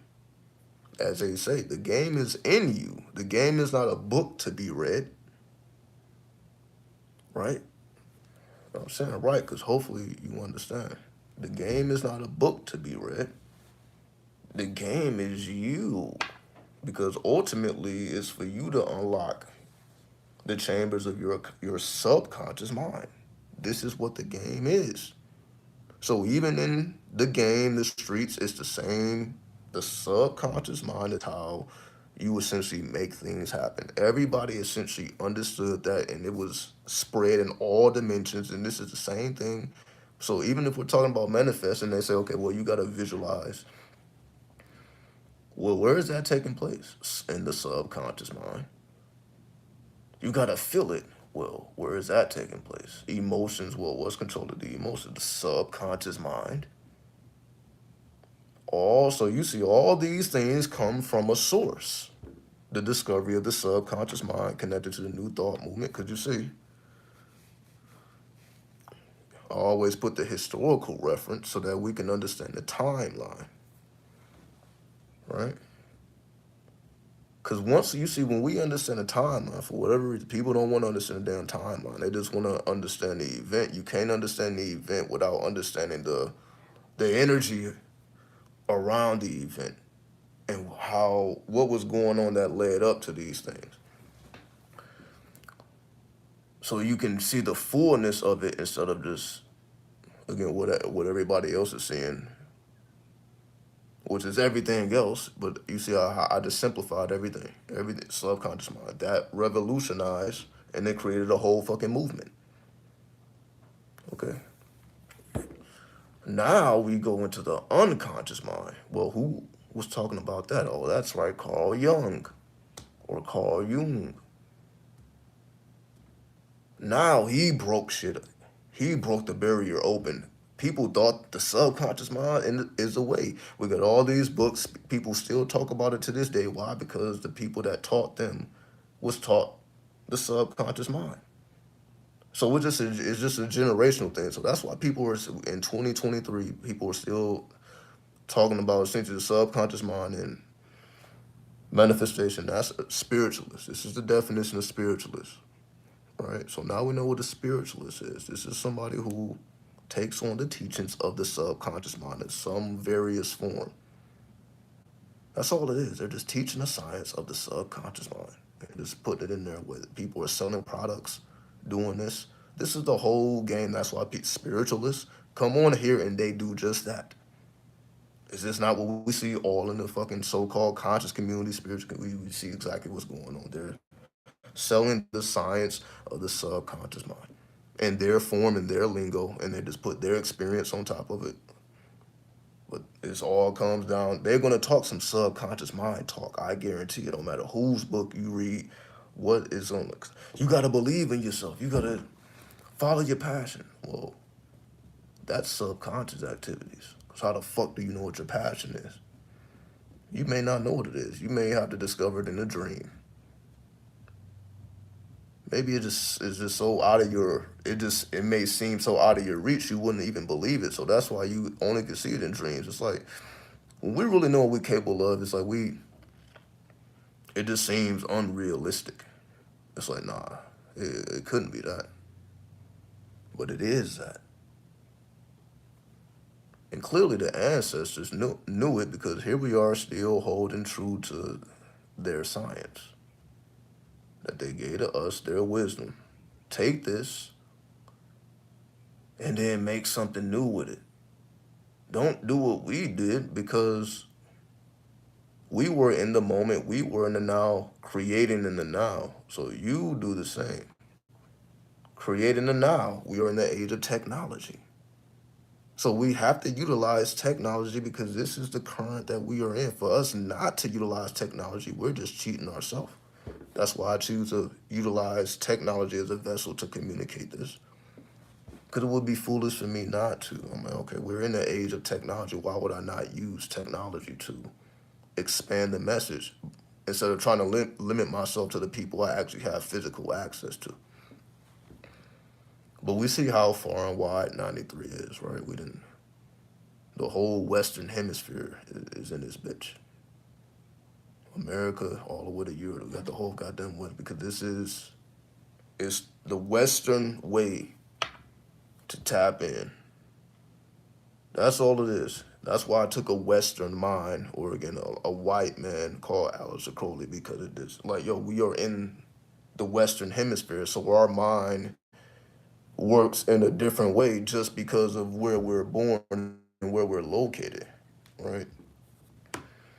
So the game had to be translated. The East already had the game, right? They already knew about their meditation. Again, they go all the way back to Buddha. So that was because Buddhism is the first religion, the first major religion where it spread all over the planet, right? So Buddha, as we know, put down that game. It's ridiculous, but he did something different, which was not done at his time. There was already different religions already on the planet, and he was, making his journey through all of them. And he outdid all of what everybody else was doing. Meaning, it was, again, if you know the story of Buddha, but I guess most people don't, know like, okay, there's a reason why sometimes you see big fat Buddha, then sometimes you see skinny Buddha, but they don't really show you skinny Buddha, or like how did this small man become this big, and how he went from a certain way to a certain way. There's a reason for that. But I guess people don't really study Buddha though, right? So it's I'm just taking this all the way to the east, because we see the parallels of they have had the knowledge for a very long time, and they have the history to prove it, right? So they are connected to their past. You can say they are connected to their history. They take pride in where they come from. They take pride in their ancestry. They still have access to it. Over here in the West, it's all about New America. Now we're not connected to our ancient past. Now we're not connected to our ancestors. We're not connected to our culture. We have access to none of that, right? All that was deleted, at least mentally. It may still be on the planet, but all that was mentally wiped off. So you can't even navigate from that perspective, or an Eastern perspective. You can't even navigate with an Eastern perspective, because as you see though, the whole purpose of slavery was to eliminate your ability to do that, to put you in a Western mindset, which is exactly what they did, right? This should go beyond that, whether a person is, Christian or Muslim or, Jewish. This is really about Westernized, because if you're Westernized, then it still has the same effect. So just to give you the timeline of it, so the East had the game. The reason why our minds had to be deleted, or our memories, because that's what was deleted. The memories were deleted, because the memories is what helped us to remember the ancestors and all the things that we held, of importance, and all the things that were valuable to us, it really started with the memory. So if the memory goes through a memory wipe, now you don't have access to your ancestral current. Now, essentially, you have to generate your own current. Because now you don't have a current, that you can essentially pull on, to advance you in a way you probably would advance. You have to create your own current. Essentially, that's why most people start off in the streets, not the actual streets, but you have to teach yourself. So you have to get street knowledge, and because that's where you start. You start on the street level, then you become more and more sophisticated over time. That's what makes you self-taught, right? Because I know that's what I had to do. That's why I knew it was essential that I stayed in the library. Because I'm like, all right, well, it's pretty much up to me to learn everything on my own. So let me see what's out there for me to learn. And again, that's when I began to read new thought books because I was going to the library. And I would go to that spiritual section all the way in the back or all in the corner. I had to go 3 levels down, shit that, anyway. Because just thinking back at it, I'm like, yeah, how many people was going to go down 3 levels just to, read the spiritual books? Because you had to go down 3 levels and then go all the way into the corner. I'm like, yo, the average person ain't taking that journey just to get to these books. And then they had a section. I'm like, yo, this is crazy. So I started to read the new thought books, things that I didn't even know again, which is just the science of the subconscious mind, right?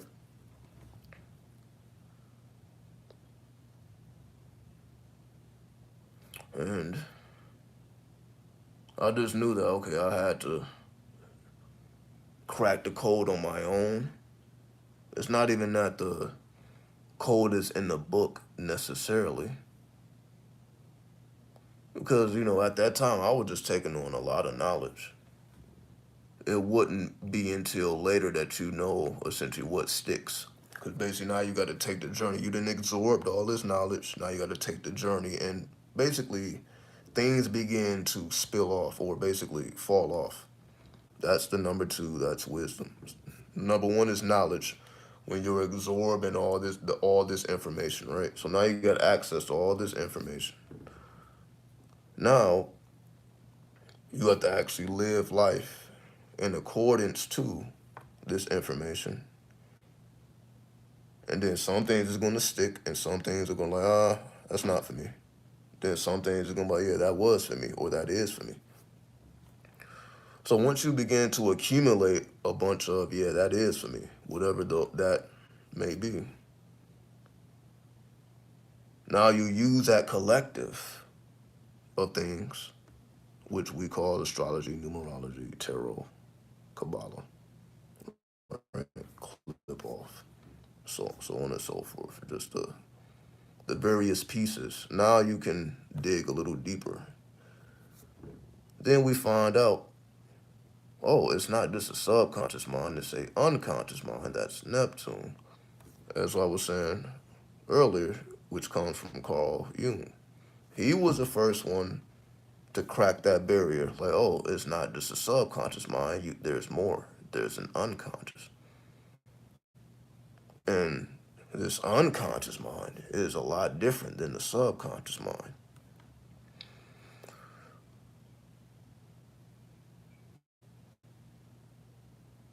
All you have to do is ask a spiritual person, not a person that don't know. Just ask a spiritual person. What's the difference between the subconscious and the unconscious mind? You don't have to go no further than that. Their answer will tell you everything you need to know as to how deep they have gone in their studies.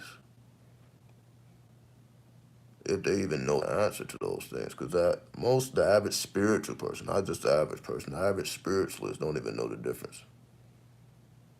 How do you distinguish what's subconscious and what's unconscious? You see, like, it's still very elusive. But that's why we have things like AI, for example, where we can see exactly what that difference is in a very brief summary without having to do a bunch of research and quote this, quote that, look in this book, look in that book. It's not that AI is going to give you the ultimate answer, but it will give you an answer that cannot be found nowhere else on the internet. Like, there is no article written about it. There is nobody who talked about it. However, AI, you can ask the question to AI, then AI will give you an answer. Again, not the ultimate answer, but it gives you something to contemplate on. And we'll do it now, right? So, instead of me just saying my definition, because we're talking about technomancy, we're talking about technology. Let me show you the practical use of how this can be integrated into spirituality. Because again, they haven't caught up yet. Like, okay, technology is just as spiritual as, the crystals you have, or whatever thing you consider spiritual or sacred. The technology is on the same level. It just, we don't two together. But again, it's not like they're going to tell you the secrets of technology. They know the secrets of technology, but why the fuck would they tell you? That's the whole point, right? Why the fuck would they tell you? Right? And I guess good for them. They just know how to keep the secret. However, you see that we still get that game regardless of whether or not. It's not going to stop us from getting the game. That's the whole purpose. Is it going to stop you? Nope. Because you see, there's a way to get to the answer. So, I'm going to use AI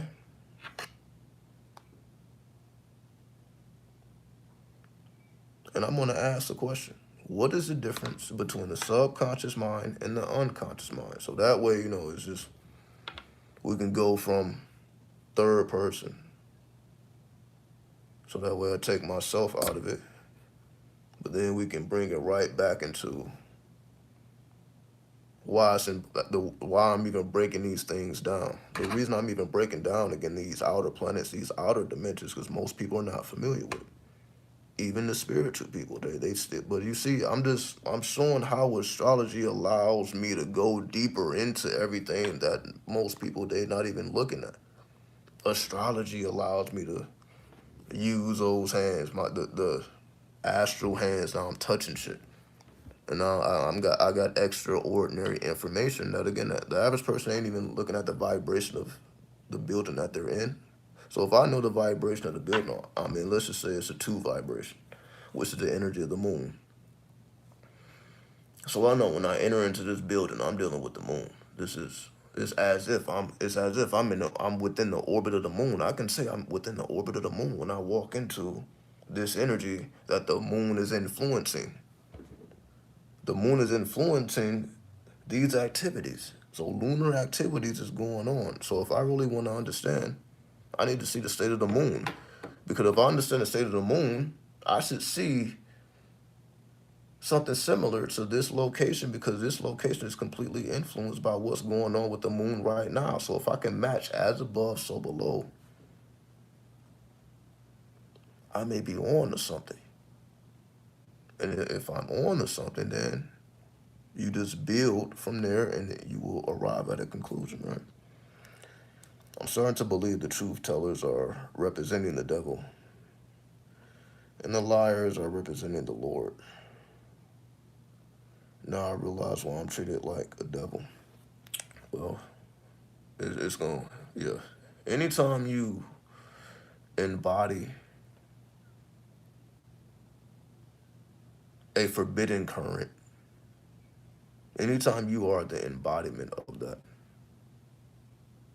again, like if people hate witches and you become the witch, Now you embody what they consider forbidden because you do everything that witches do, and they feel is forbidden. What's up, Ashe? Salute to you. So now because you embody the attributes of a witch and they consider that current forbidden, so yeah, they will treat you in the league with the devil. Because that's what they believe internally, not externally. That's what they believe inside. That's why there's no fighting against that because it's inside. So essentially how a person treats you based on again what they consider. This is unconscious energy. So that's what you're experiencing. You're experiencing the unconscious mind. So type in the before I even type in the question into the AI, I'm just showing like this is essentially how you would distinguish the subconscious from the unconscious. Because yes, you have people that essentially would hate you just because of for whatever reason. It may be the color of your skin, how you look, how you talk. Some people just dislike you, and it really ain't nothing personal. They just have something unconscious. And then that unconscious, essentially, that's how people, you could say, go into rage, and then people black out, and, people that, you could say can't hold a liquor, right? You could say the drunks of the world, I guess the psychedelic, people who engage in the psychedelic world, whether it's through drugs, whether it's through alcohol. So like whenever people are engaging in anything psychedelic, you're dealing with the unconscious mind, which is the energy or the death current. It's the current of death. Because whenever you engage in psychedelics, you're engaging in a death current. You essentially have a mental death or a internal death, not an external death, but an internal death. This is Neptune. Neptune takes you through the internal death. So you go through those chambers. You go through what we consider the unconscious mind, which is, again, you could say people's fears. Like trauma is subconscious, right? A person's trauma may be subconscious, but your fear is unconscious, meaning people who have a fear of the devil, that's unconscious. That's not really subconscious. It's not something that, it's something that because they went through a particular experience, because they most likely they are not acquainted with the devil personally at all. Well, I guess some people actually feel they are, and I guess I'm sure most people don't look at it that way. I just look at things very strangely, where the people who are just overly extra about shit, I mean, rebuking the devil and casting out Satan.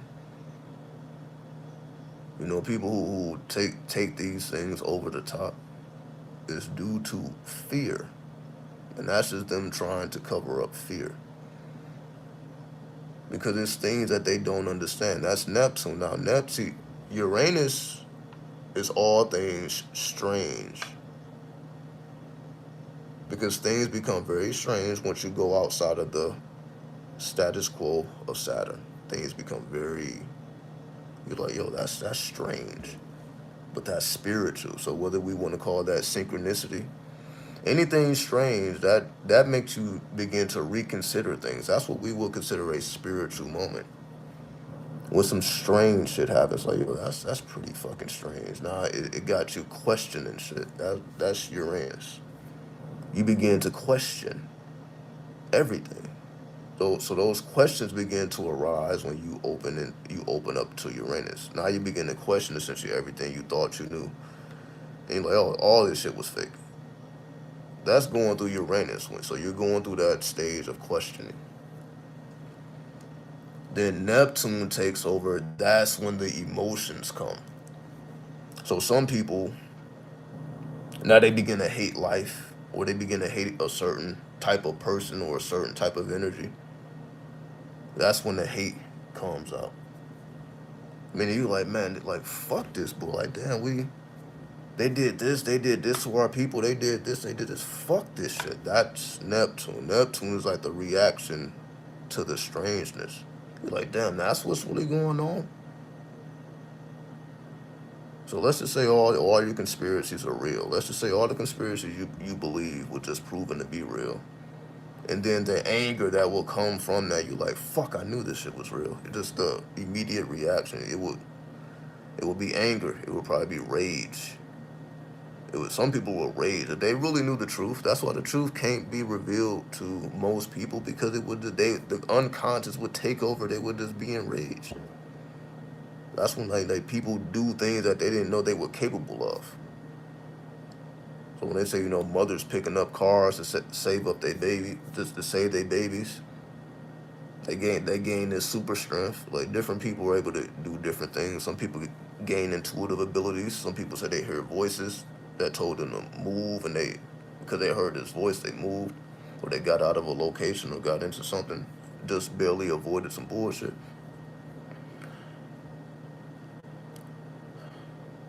Neptune is those intuitive abilities, because the strangeness essentially creates a reality in which the intuition can be developed. So once you begin to question things, you begin to generate a different aura. You begin to generate a different atmosphere. That's why it's called the Holy Spirit. The spiritual energy begins to change. It becomes more holy. Not holy as in saintly, holy as in it's just pure to you. You become your pure self, which may be very strange to you at first. Like, damn, that shit is fucking strange. However, that's me. That's just an energy that is deposited into my chart. It is what it is. It's fucking strange, though. It may be hard to kind of get over. You're like, damn, I gotta deal with this shit. Fuck it then. Neptune is the unconscious. So if people knew the truth, they would react in a you can say very violently way.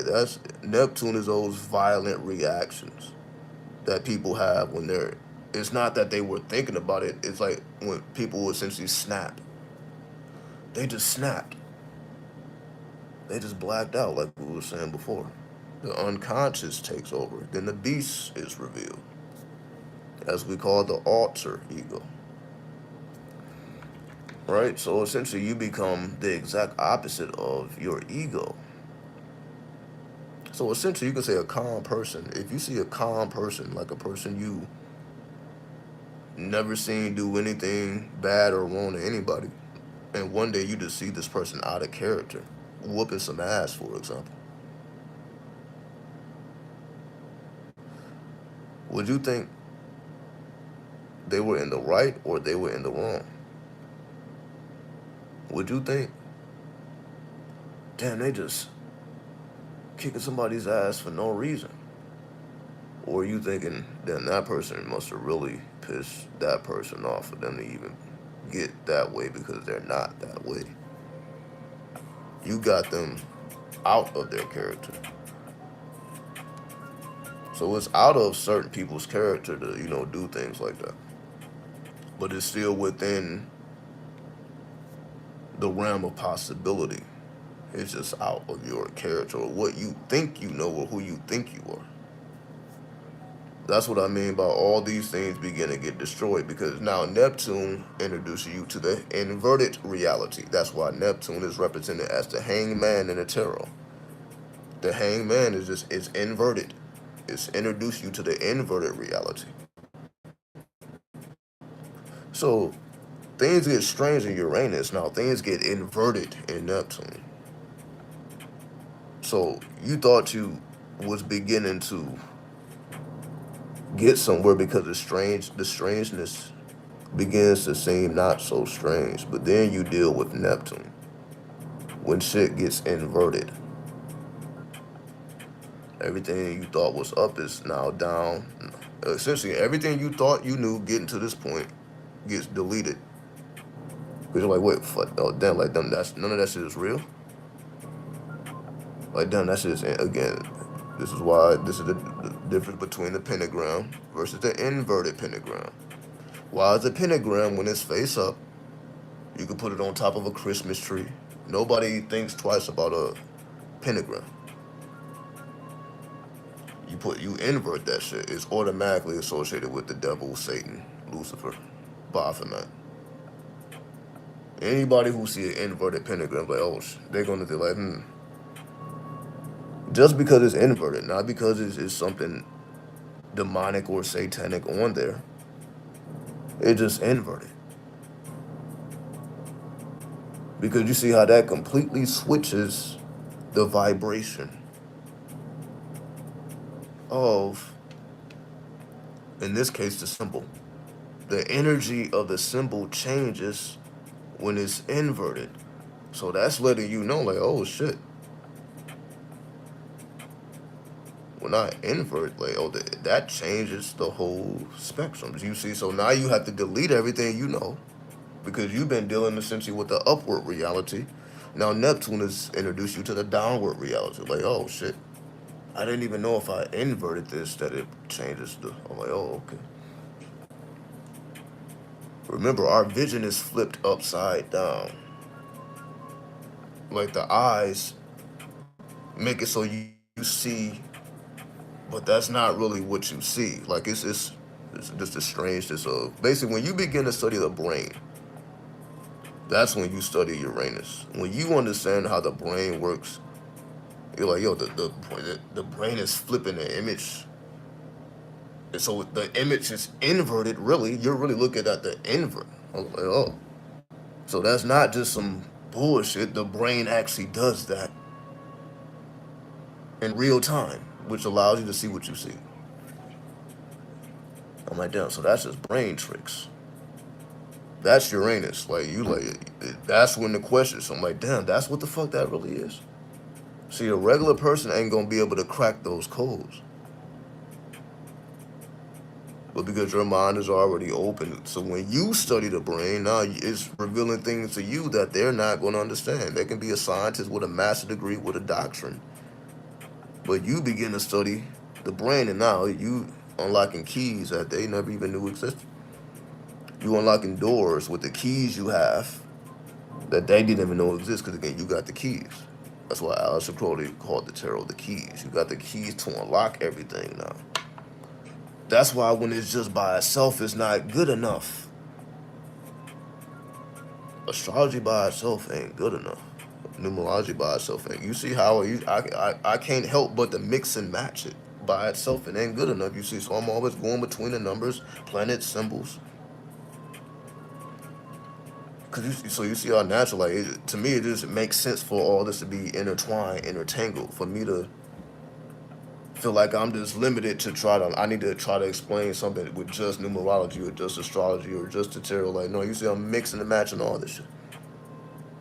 So that we fully understand it. Like, there is no question, like, oh, we fully understand this, and this is how we arrive at this conclusion. This is what I mean. We just stick true to these fucking keys, these 22 keys that we call the major arcana. Arcana means secrets. The tarot is major and minor secrets. Secrets, forbidden game. So of course it's, they're considered demonic or malefic or inverted, because Neptune is also where you develop your psychic ability. That's Neptune. So that's letting you know, well, in order for you to develop your psychic self, in order for you to develop your intuition, all these mystical and magical things, you have to go about it in an inverted way. You have to invert your reality, because that's what's going to trigger Neptune within you. You got to start, which the same. That's why Astrological came with the law of reversal. You probably should read that backwards. You should probably go about that from the end to the beginning. That's the whole point of that. But you see, if you only have little bits and pieces, you're not going to be able to connect the dots. That's the whole. You need the whole shit. I don't know how to do this shit without the whole. I needed all this to be able to explain this. I couldn't do this with just one or the other. I need all this.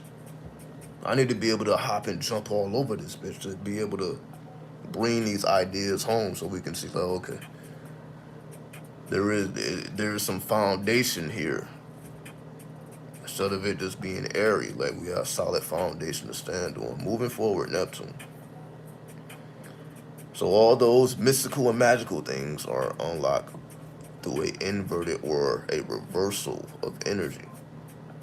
Again, which was further explained by Aleister Crowley. I already said the quote before. Say all the things that essentially you desire, power, fame, riches, all that, you have to go about it in a reversal of action.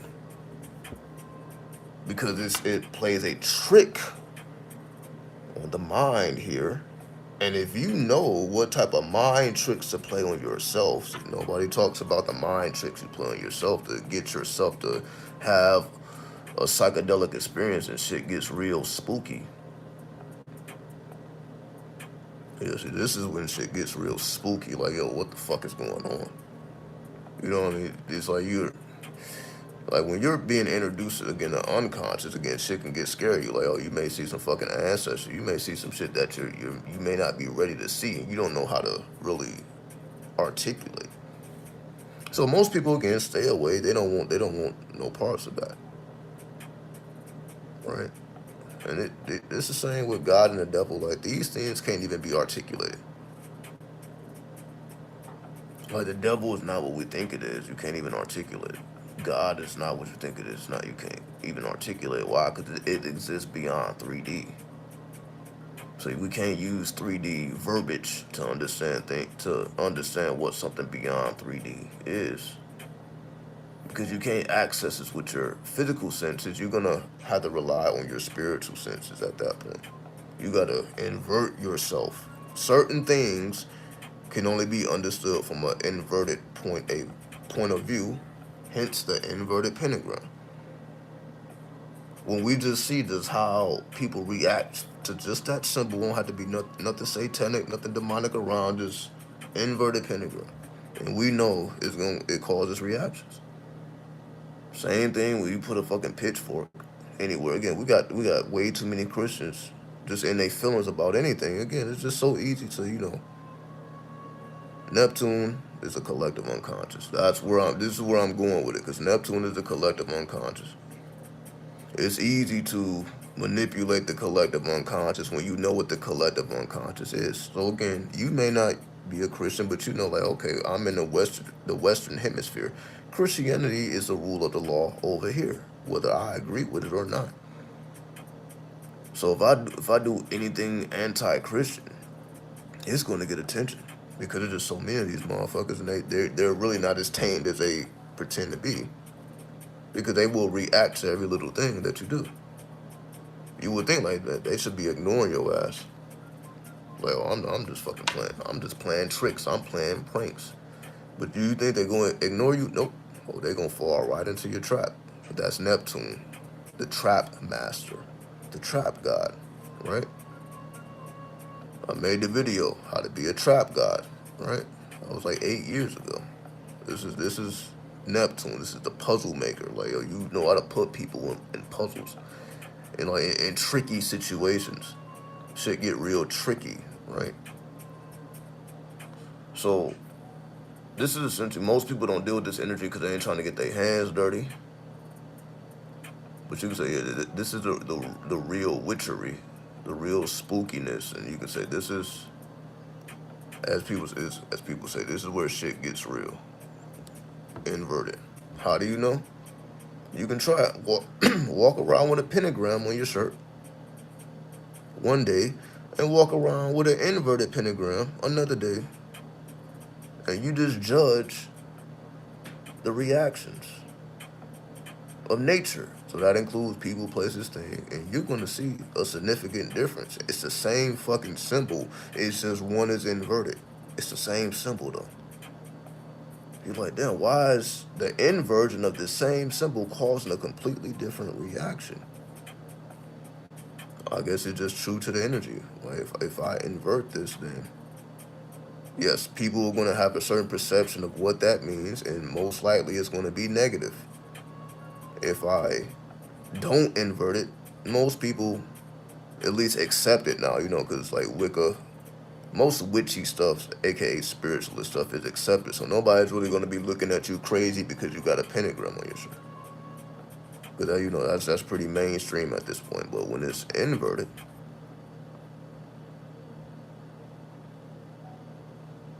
it completely changes the response.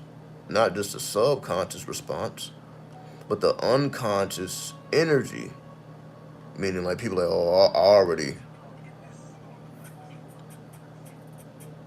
I mean, it's like you're just giving people more of a reason to already not like you. Like, you know, this is why, like, I would do some shit like it, right?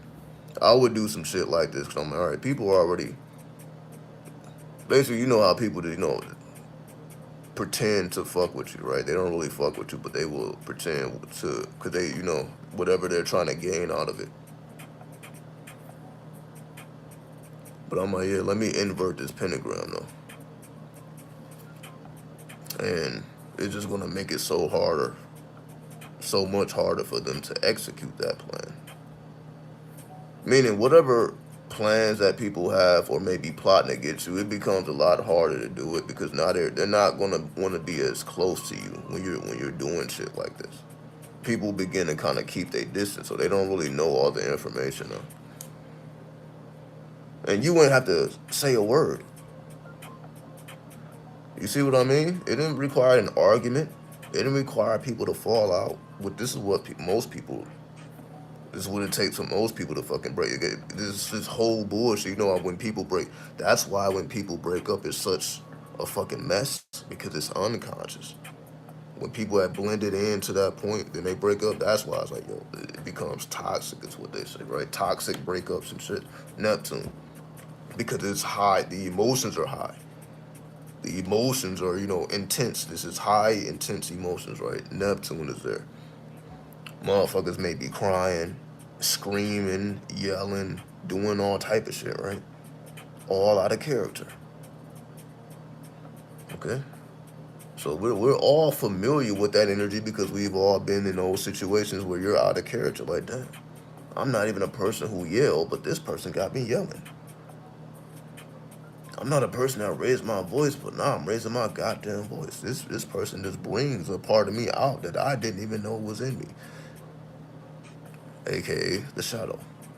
Like, yeah, it is a part of you. It's just that you know how to hide it well with other people that pretend, but they're not pretending, and it irks you. But then you don't pretend. Like, all right, let me invert this damn pentagram. Now it's just harder to accomplish tasks when you know how to use geometry and invert certain symbols. The pentagram is just one example. There's infinite shapes and geometrical forms, infinite. Yantras, you got all type of shit. It's infinite. So it's up to you as to what direction you want to go in with that.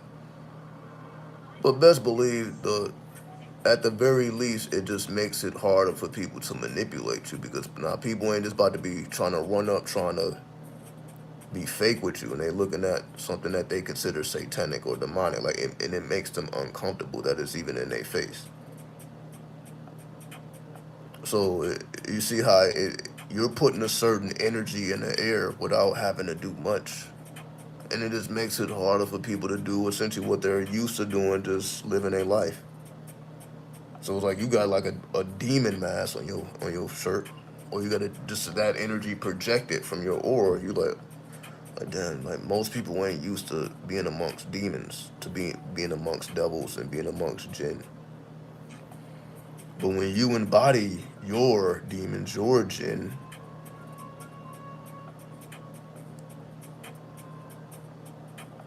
it's very uncomfortable to people because now you're embodying your alter ego. Your alter ego is the side of you, as I was talking, that only comes out when you're in those type of situations. Again, when you're dealing with a lover and the lover just bring that, like, oh fuck, you did that. Like, oh, they bring out a part of you that you just, it's you though.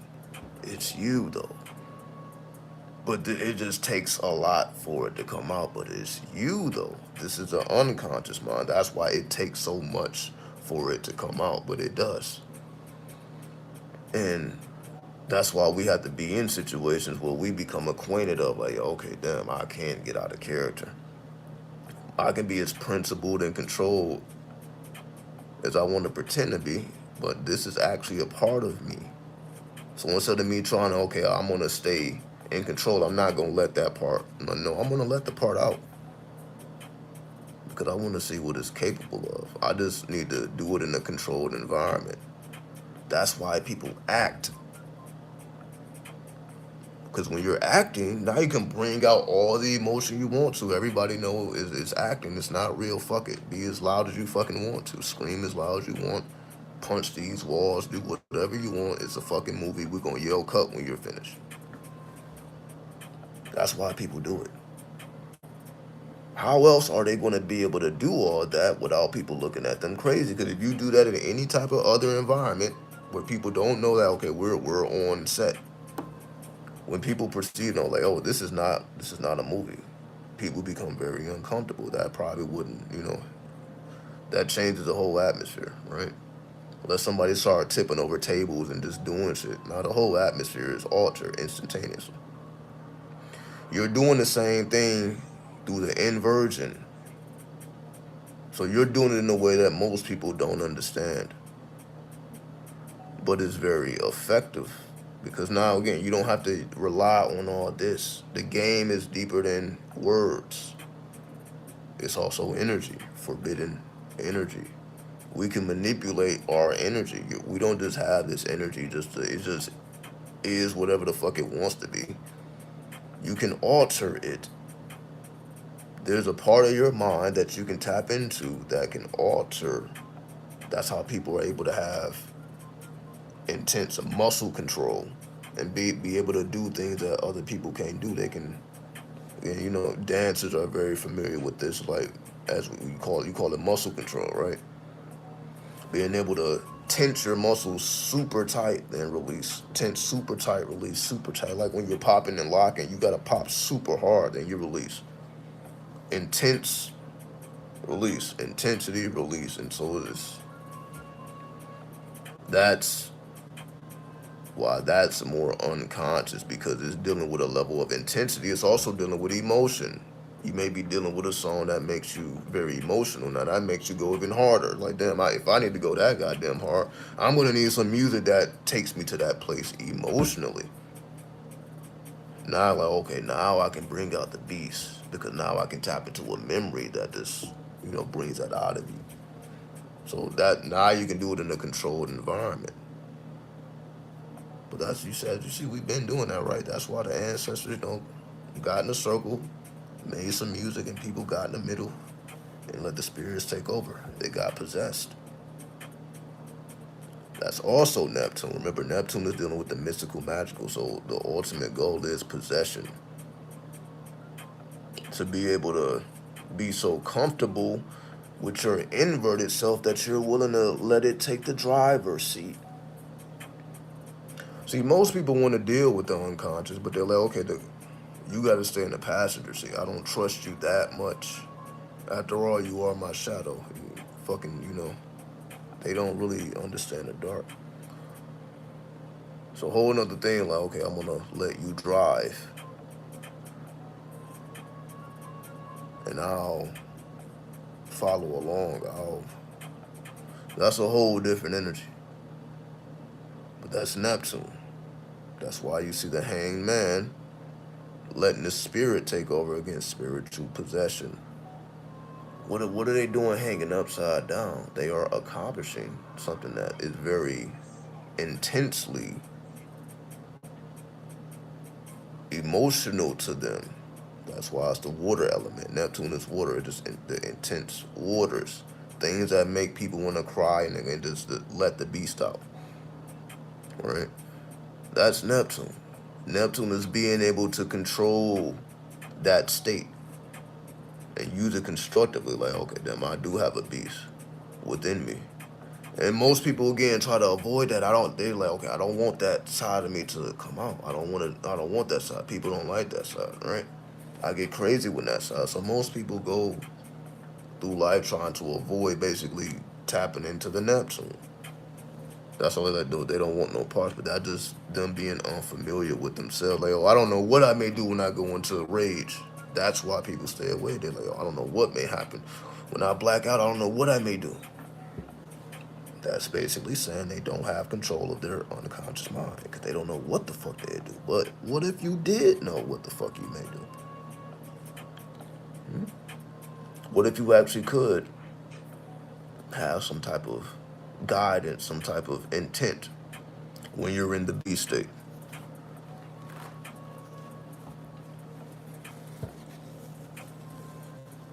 Because if that's the case, what we consider to be chaos is really not chaos. What I mean by it's really not chaos is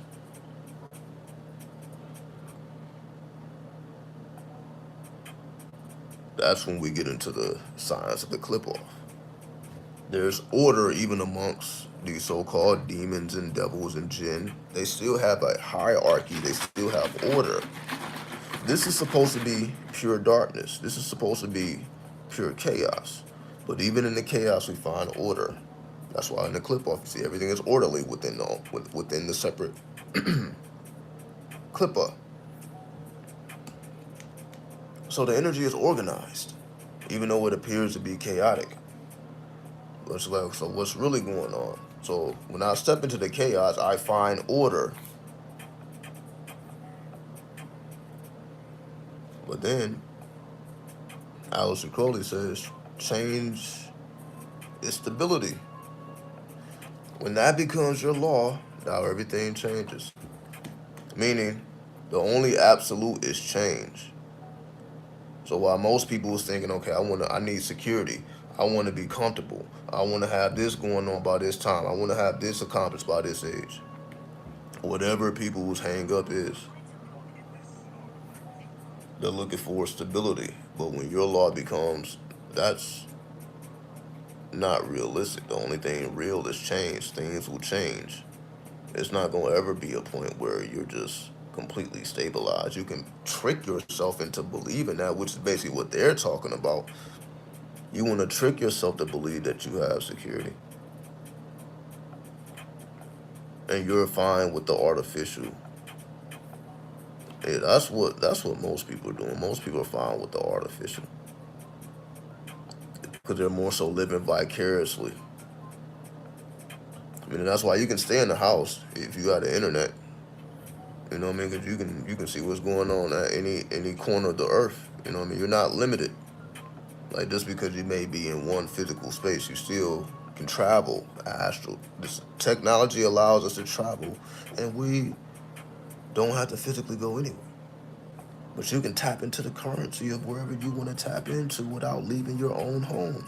But most people, again, don't know how to use the internet. That's the first law, or the first thing you must understand about technomancy is the way that the average consumer uses the internet is not how you should be using the internet. And I'm talking more than just, doing a bunch of research or, just looking at this. That's why I'm talking about AI.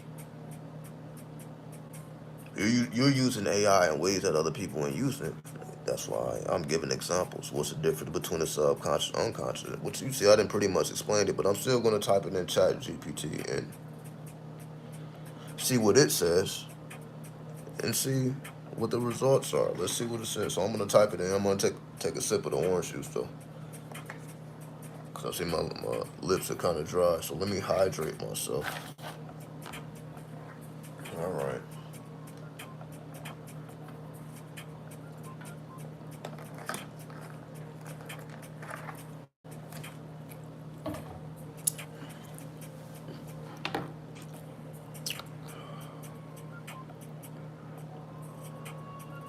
Alright, I'm gonna typing it in now. What is the difference? I actually can slide. But like I'm like typing, I be forgetting I can actually just slide. That seems to work a lot better for me because I can just do it with one hand. Cause I need two thumbs to type, but I'm like if I'm just sliding, I can do it with one. Oh yeah, that's just so much better. Now I'm just sliding my finger through these letters. Between Subconscious and unconscious. All right.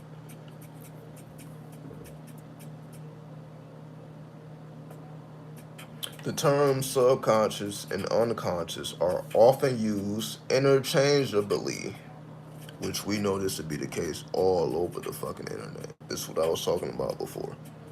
Even to this day, people are still talking about the subconscious with no reference to the unconscious. But we're going to see what it is nonetheless. But they have distinct meanings in psychology. Unconscious. This term primarily associated with Sigmund Freud's psychoanalytic theory. There we go. Psychoanalytic theory. Sigmund Freud's psychoanalytic theory refers to the part of the mind that is not currently in focal awareness. It contains thoughts, memories, and desires that are well below the surface of conscious awareness and that influence behavior and decision making. The unconscious is considered a reservoir of feelings, thoughts, urges, and memories that are outside of our conscious awareness. So before we even get to the subconscious, that's something you know right there, that the unconscious mind is influencing your decision making. See how many people knew that? Like, your unconscious mind is influencing how you are making decisions on a day-to-day basis. It's not just your thoughts and your conscious thinking. Your unconscious mind is playing a part too. Does the average person know that? No, they don't. Let's continue. What is the subconscious? While not a formal psychological term, so it's letting you know right off the bat that subconscious is not even a psychological term, but the unconscious is.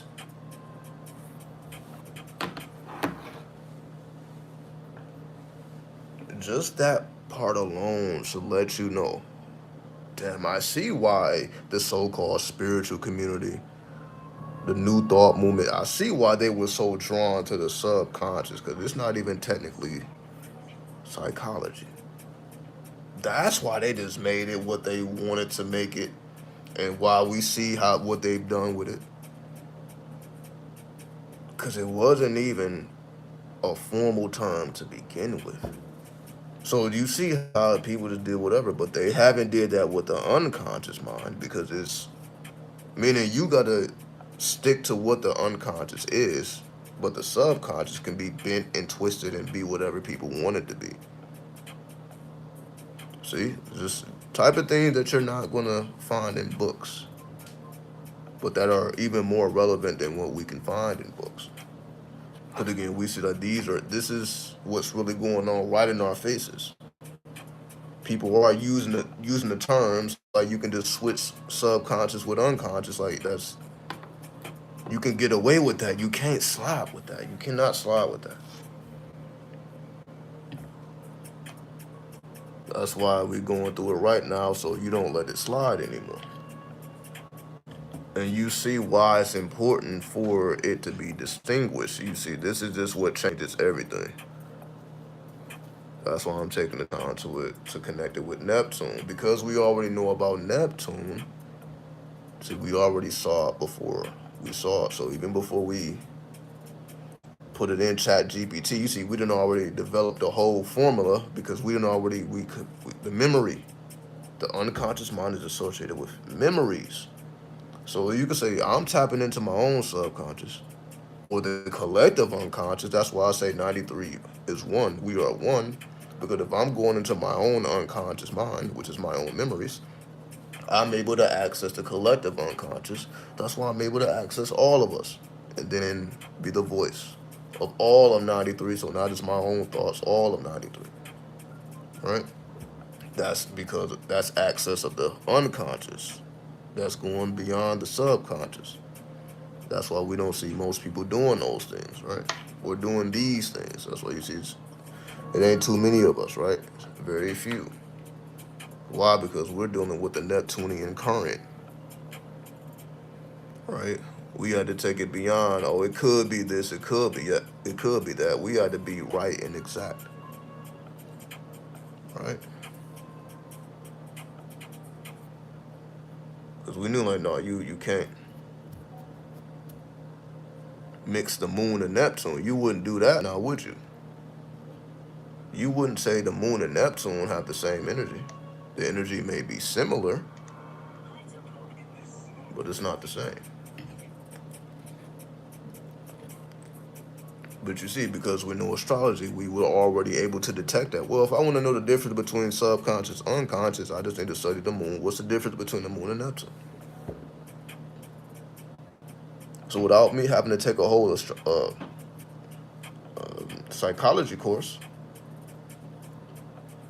I already know what everything they would see. The occult provides the found. Oh, I see what the occult, because you like, I see what they're trying to say. They're not saying moon and Neptune. They're saying subconscious, unconscious. But if you know, like, okay, if you already know the planetary attributes, you can already connect the dots. Dots that they're not going to connect for you. You got to connect for yourself. Now you see what's going on. That's how you master those worlds, as we call the white man world, the Western mind. You master the Western mind with the occult as a foundation.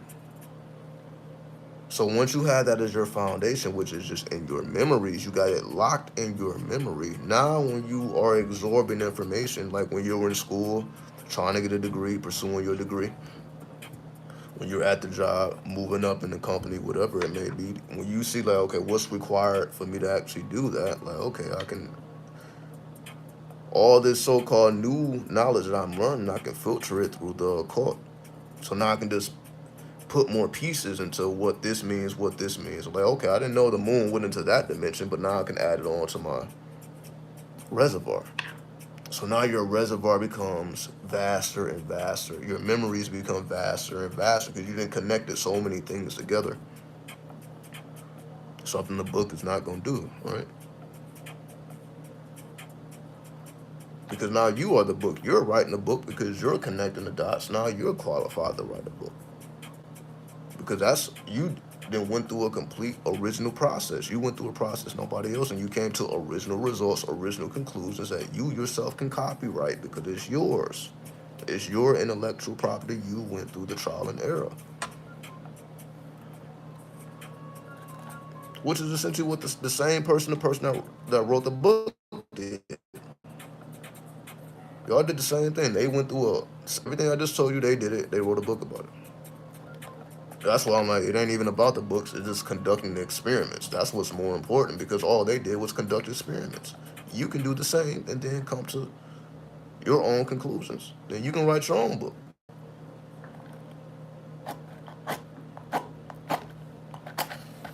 And then see who has similar outcomes and who outcomes are different and why. And like, okay, well, if I would have altered this and altered it, I see that. Basically, so even if somebody disagree, you can see why they disagree, because you can say, well, yeah, I can see the variations. There's not just one answer. There's variations. That's just another variation that I may not have been aware of, but now I am now. And I may not necessarily use it, but it becomes useful to know. Just like, you may be a Jedi, but it's useful to know about the dark side. You may not be on the dark side, but it's useful to know a little bit about how it works. So if you have to face that energy, it's not an unfamiliar energy to you. And vice versa. If you are on the dark side, you might as well know it about the Jedi and what motivates them, and why your philosophies are different and why the two worlds have to war. Then you have an understanding like, okay, I see why these two energies can never merge. So they have to, essentially, they're always trying to exterminate each other because they feel like they can't coexist. But somehow they always find a way to coexist. But that's not what, neither one of them believes that, like, this universe is too small for it to be a Sith Lords and Jedi. So they're always trying to extinguish each other. But in the midst of them trying to extinguish each other, they always seem to exist. Now, that's something that the average person is thinking about, no. But, because they're trying to kill each other, they end up surviving.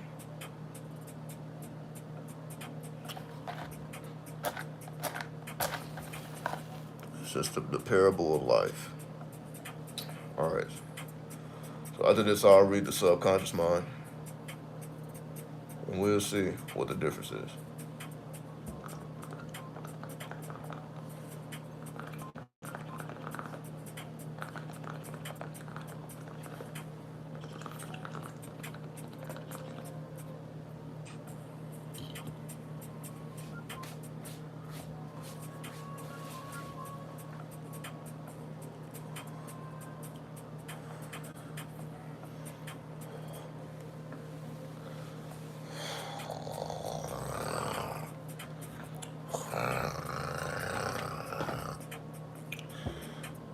See, that's like my shadow.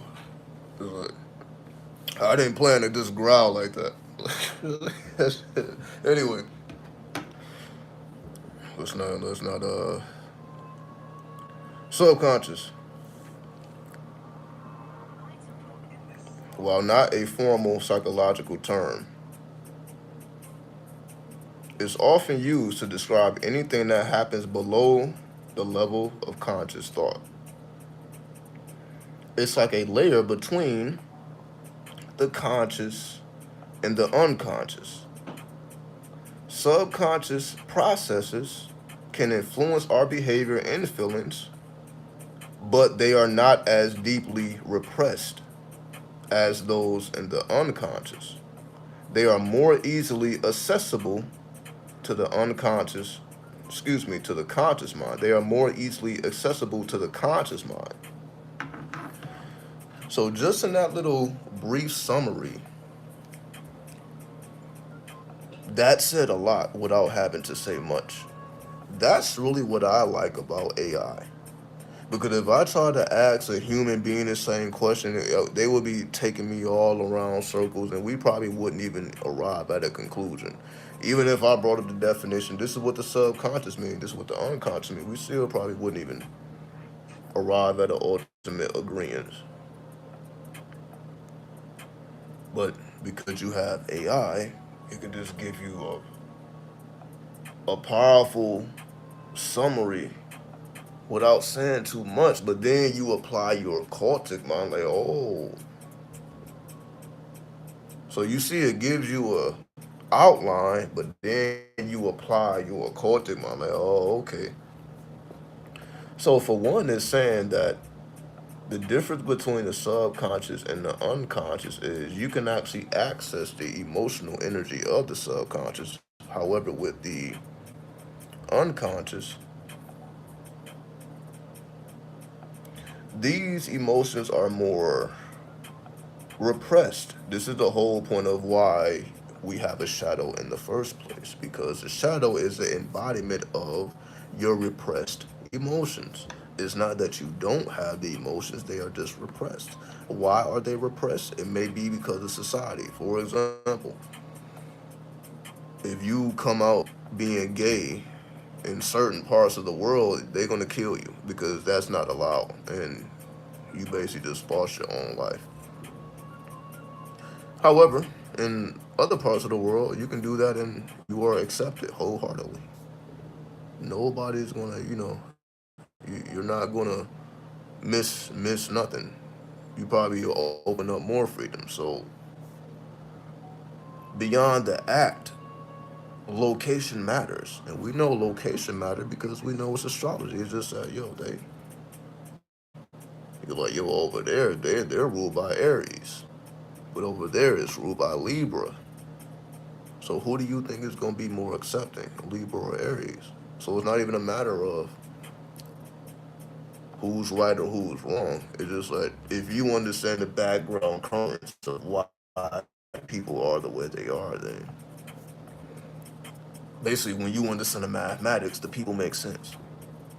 the people not gonna make sense if you don't understand the mathematics. Like, okay, I see why they're more Libra. I see why they're more Aries. So it's not to say who's right or who's wrong. It's just like I can distinguish the two, and I really understand the perspective of them both, right? Which ultimately is how it should be. Like you're like, okay, they are just true to their essence. Same thing I was saying earlier about the person who they may completely disagree with your everything, all of your opinions. They may completely disagree with your lifestyle, your perspective. But if they are just true to their mathematical equation, then you're like, oh, okay. You can see beyond the surface. So instead of the average person getting mad that, there's a constant disagreement and there's no way to align, you're like, okay, well, this person is still being true to their attribute. Whatever that attribute may be, they are true to their attribute. So just from that perspective alone, excuse me, just from that perspective alone, I'm able to gain wisdom from them, and they are in complete disagreement of anything I have to say. You still see the wisdom, but that's why they say there's always a light side and every dark side, because everything contains wisdom.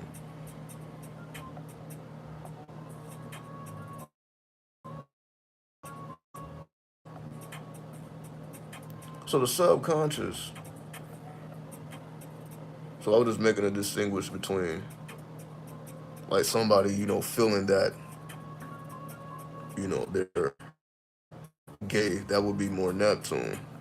But that's like a repressed emotion because they wasn't able to until they was in a situation or environment they felt comfortable. So that's dealing with repressed emotions in that type of situation versus emotions that we just readily access on a daily basis, right?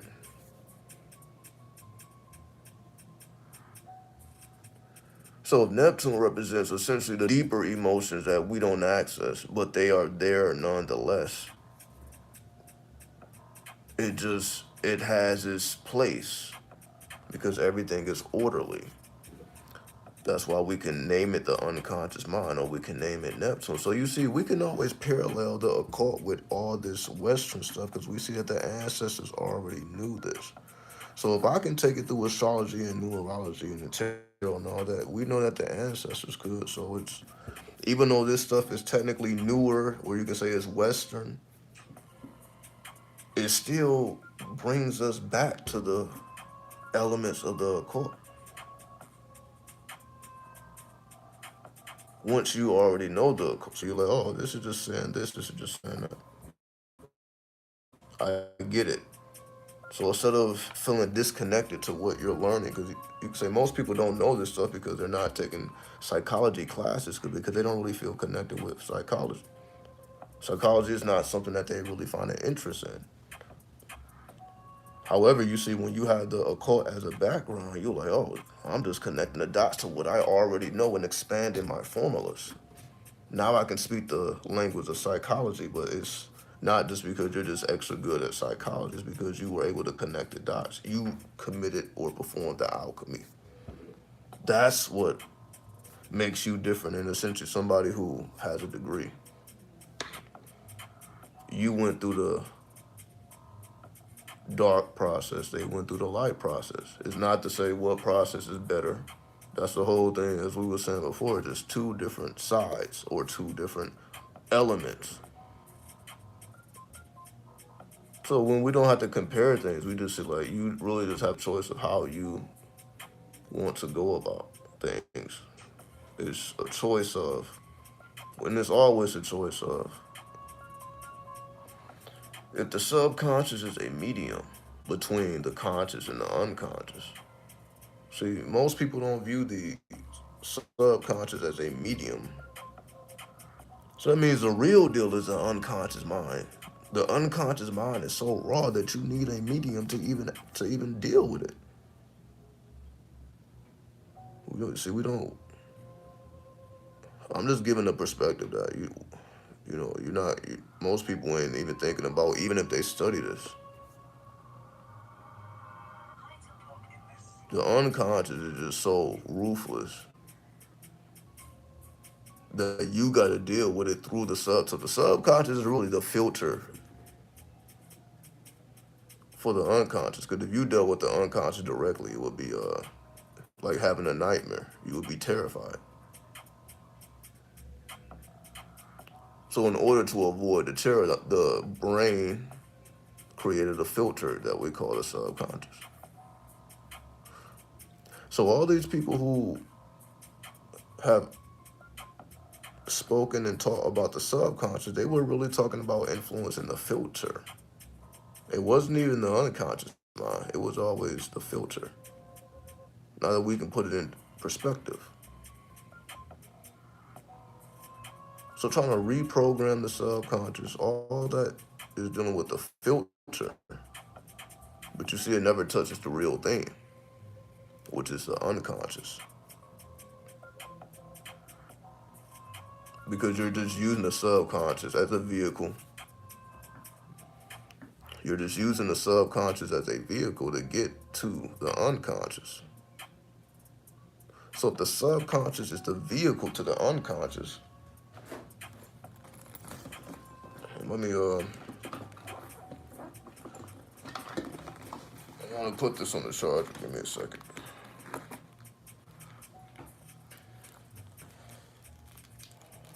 So if the subconscious is the vehicle to get to the unconscious, because you need a vehicle, because you can't just get to the unconscious. You need a vehicle.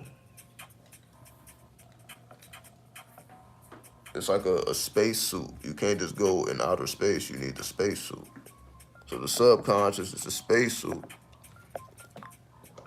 to engage in the atmosphere of the unconscious mind. So through the subconscious, you can say get glimpse of the unconscious.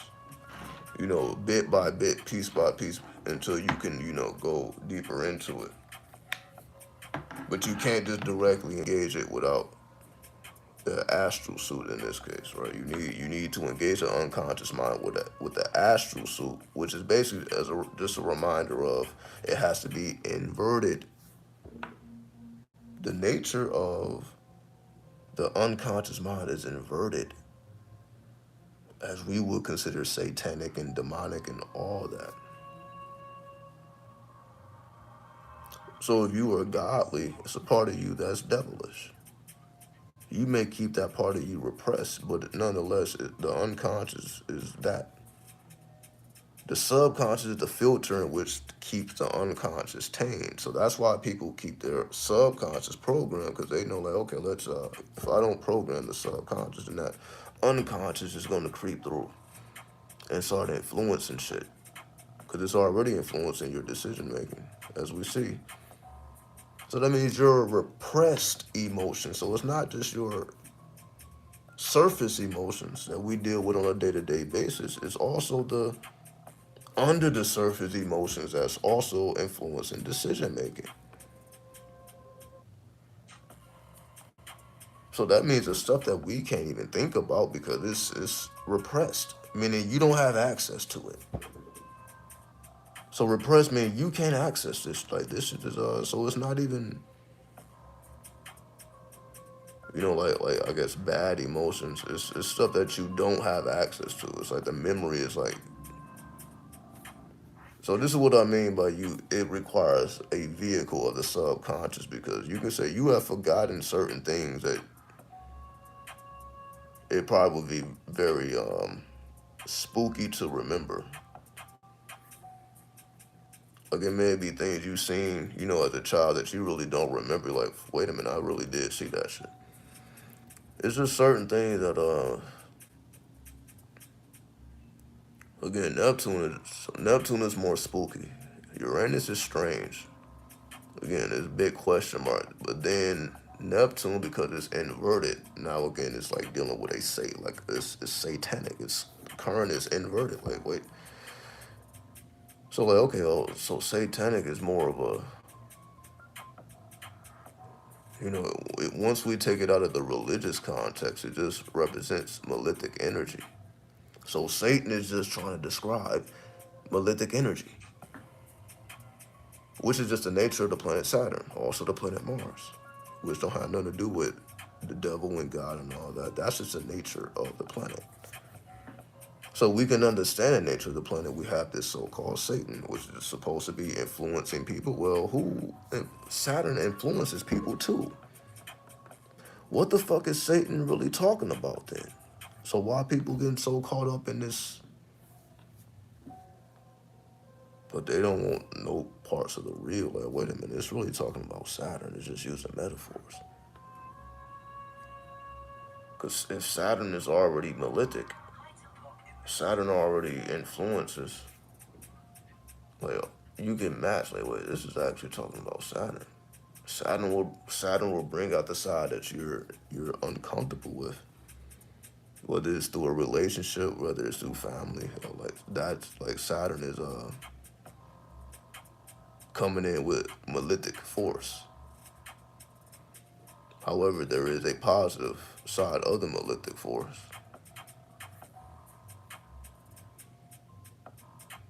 But it makes you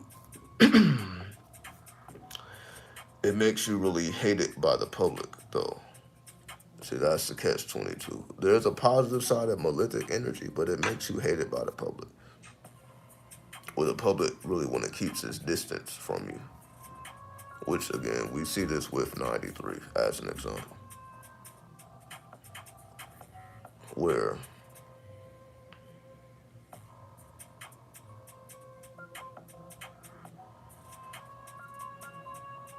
it's like when you, again, represent something forbidden, as I was saying earlier, anything out of the norm, people are going to distance themselves from because they are the norm. They are the norm, right? They are the status quo. The energy is malefic because it sells you this idea of, basically, you can say, we will call it the American dream, right? People are sold on the idea of the American dream. That's why they, like coming to, or well, I'm not even gonna say like, people are losing their life trying to get over here. As we see, that's why they're always talking about the border crisis. Like, people just coming in this bitch. We don't know who is coming in this motherfucker. They're not asking. That's that sounds kind of plutonic. It's like they're not asking. Now we get into Pluto. Because if we can understand the lower self, the higher self, all right? Where does Pluto fit in? Because now that you understand higher and lower, what's left to understand? Or you understand the upward and then the inverted. Uranus takes you upward, Uranus takes you downward. So you understand the upward reality and the downward reality. Then Pluto takes you to a space of, Pluto is the energy that moves shit by force. Right? When we look at the attributes of Pluto, Pluto represents force. It can represent force in the realm of physical violence, or it can represent mental force. But Pluto nonetheless represents force, meaning things are being done by force. It's not being asked. It's not being done in the tradition. Now we're the furthest. Pluto, over 3 billion miles away from the sun. Not millions, 3 billion.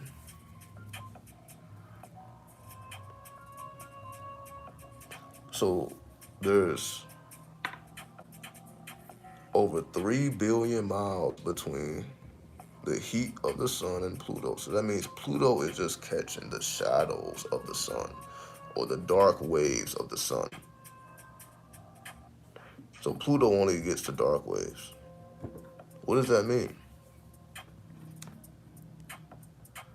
What are the dark waves of Pluto again? Pluto again is moving shit by force. For example, I guess when people have to get up in the morning and go to work, is that out of love, or is that Pluto saying like, okay, well, if you don't do this, then you know you're not gonna be able to support yourself. So they're being moved by force, right? Because again, if they're not, it's not by love. It's not by joy. It's like, okay, it's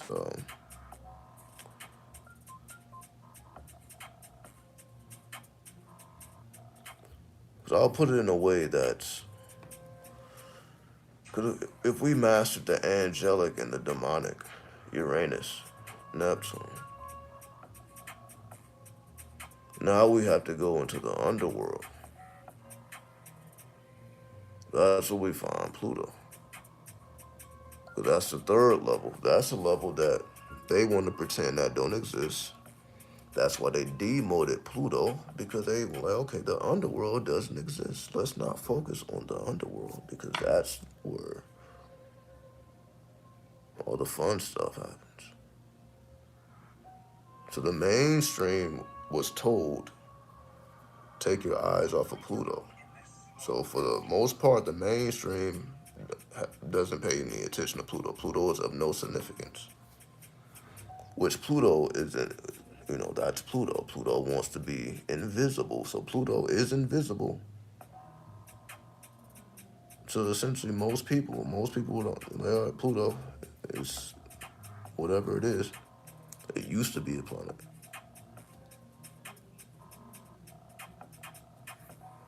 So, oh yeah, let me, I'm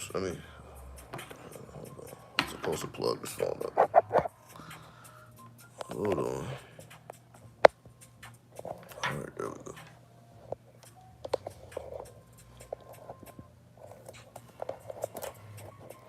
So,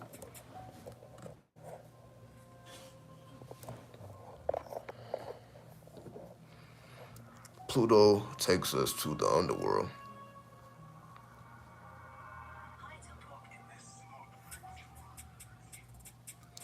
And we know the thing about Pluto. Pluto is a god of wealth.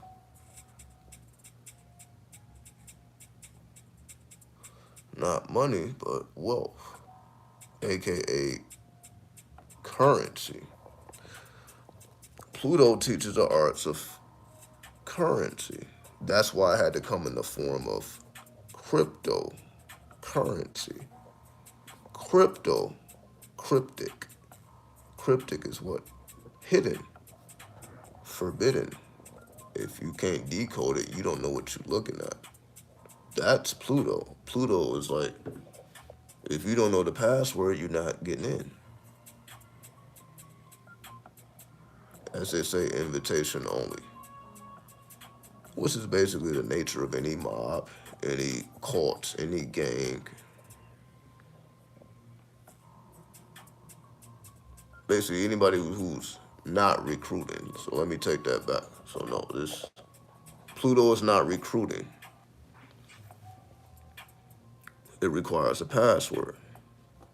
In our case, our password is our ancestors, which is us working with the dead, again, necromancy. So because we already have those on the other side or in the underworld, we can always summon that energy. I mean, we always have the ability to tap into. I'm like, yeah, I'm super close to the phone. Oh, shit. Forgive me, I'm real kind of loopy. I'm like, yo, I was extra close to the phone.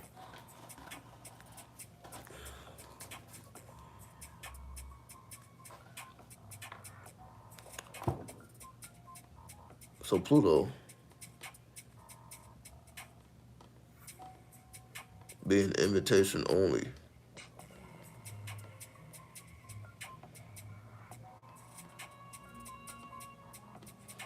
Pluto represents secrets. Again, we talked about the major and the minor secrets.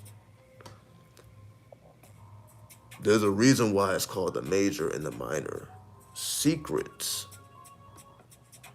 Meaning you can't just look at it and just know. That's why you have to go through a process.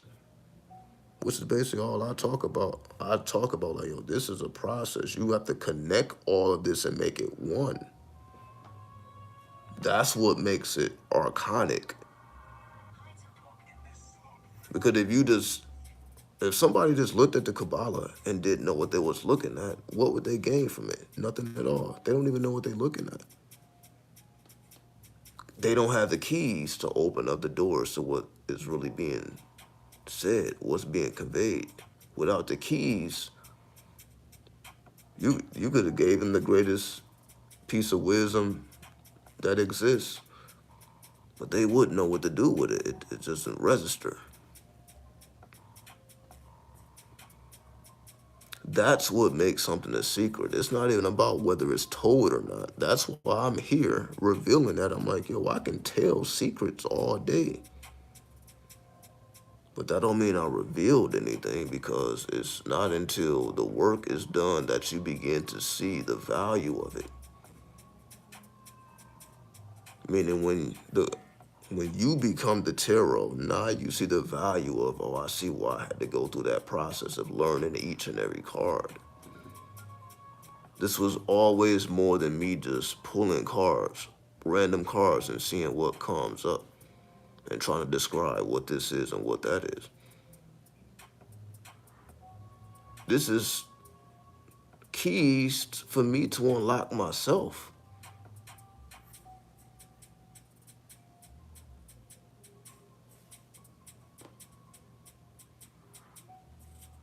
Because myself is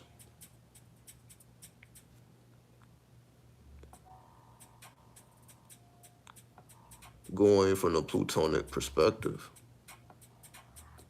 If you consider yourself immortal, if you consider yourself infinite, if you consider yourself, it's no beginning, no ending. Damn, you see that in my eyes. Damn. See, that's why I'm not looking at the camera. That's why I'm not looking at the camera. Because I'm like, yo, anyway. It's called the major and the minor secrets. Not because you're keeping a secret, but because of what is revealed when you crack the code. Because it is a code. That's why it's called a crypt. It is coded. Cryptocurrency is coded, meaning that's why the mainstream is not really attracted to it, because it's cryptic. It's not surface, it's cryptic. They don't want no parts of that, like cryptic. I'll just stick with my bank.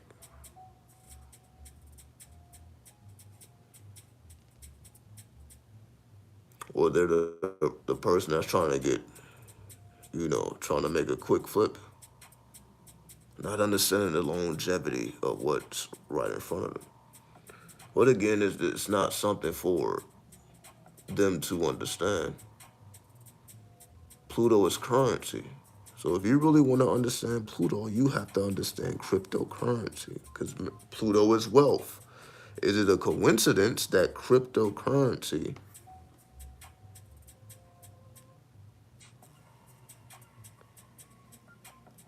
which represents wealth, or your ability to gain wealth? This is realistic. Now we don't have to talk about somehow you're about to just attract money out of nowhere. You're like, okay, well, a plutonic reality is tangible, but it has to go through Pluto, essentially cryptocurrency. Meaning, if you never viewed yourself as a crypto millionaire, then now is the time to do so. Because what if the case was the only way for you to touch that type of money and more was through cryptocurrency? What if that was your truth? What if it was not meant for you to not access, but generate large amounts of money in this particular currency, which is the American dollar?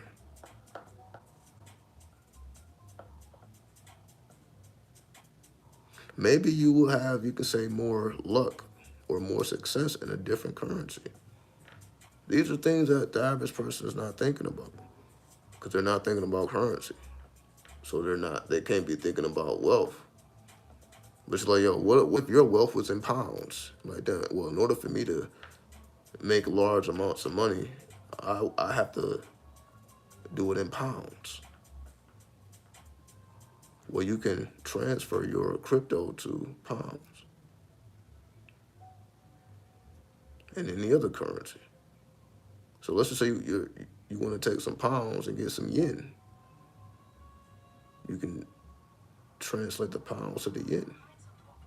Or you can put your cryptocurrency to pounds, cryptocurrency to yen, cryptocurrency to the American dollar. So the cryptocurrency is the bank. But now you're able to operate with all currencies or other cryptocurrencies. See, you can transfer crypto into the local dollar, but you can also keep it in crypto and then move it amongst other cryptocurrencies. See, this is what I mean. It's the philosophy of cryptocurrency itself. If you can grasp the concept of cryptocurrency, you can gain what cryptocurrency has to give you. So I'm saying most people are just, they don't even have that thought. Like, yo, I'm gonna get it through crypto.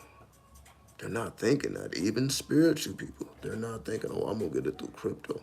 I'm gonna get it through technology. I'm gonna get it through technomancy. Because all these things are intertwined. I need to understand these things. How can I attract wealth or gain wealth if I don't understand how currency works? That doesn't make any sense, right? But we have so many people, again, trust me, they're trying to manifest millions of dollars and they couldn't even tell you anything about currency. Meaning they don't know how money works.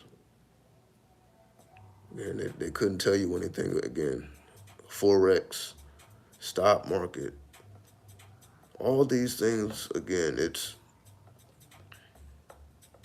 mathematical. If you understand mathematics, which at times is very chaotic. So when we do see chaos, it's not outside of the law of mathematics. Because again, even within the chaos, we find order. That's really all the clip off is trying to convey.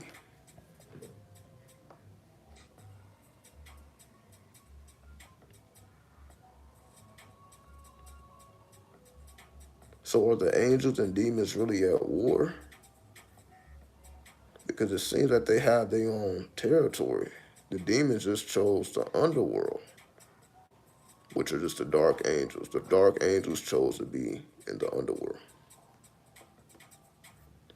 Why did they choose to be in the underworld? Which is supposed to represent death. Everything that we just learned in the previous two lessons. Everything strange. Everything spooky. Everything Uranian. Everything Neptunian. So if you can understand the strange, you can understand the spooky, now you're ready for Pluto. Because Pluto is both of them. That's Pluto. Pluto is Uranus and Neptune combined.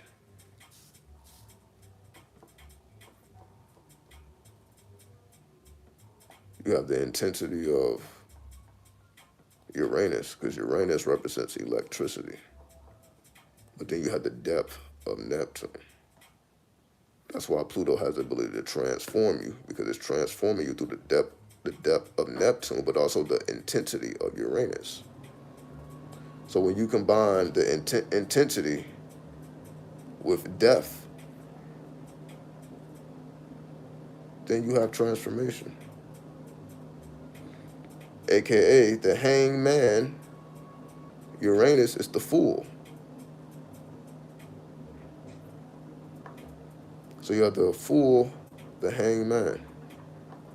What's the difference between the fool and the hangman?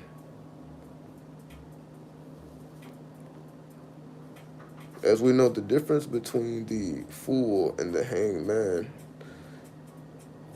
you can say there's a small difference, you can say there's a vast difference, because you can say on the surface they both seem kind of wacky. Because the fool appears to be motivated by some type of invisible force that nobody else can comprehend or see.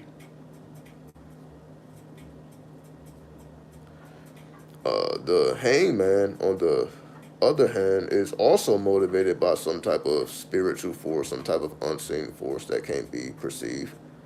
So both of them on the surface appear to be, and that's what you see, that's why they are the outer planets. Because on the surface, they both seem to be like, okay, why are they doing that? Why is the hangman inverting himself or herself? Why is a fool influenced by some type of invisible force that nobody can perceive but them?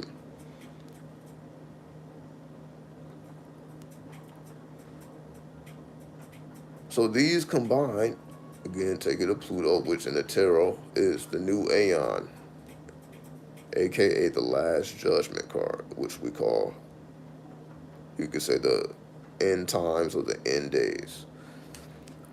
Because we always hear about, especially from religious people, we're in the end days, we're in the end times. And they're right. They just don't understand that it's talking about Pluto. These are just alchemical teachings that they're trying to make historical. But, let them do it. But you see, this is what's really going on. This is alchemy. All these stories are talking about alchemy. So once you reach Pluto, the underworld is, again, a combination of them both. It's one part scary, and then it's one part strange. It's scary and strange. Because that's what death is.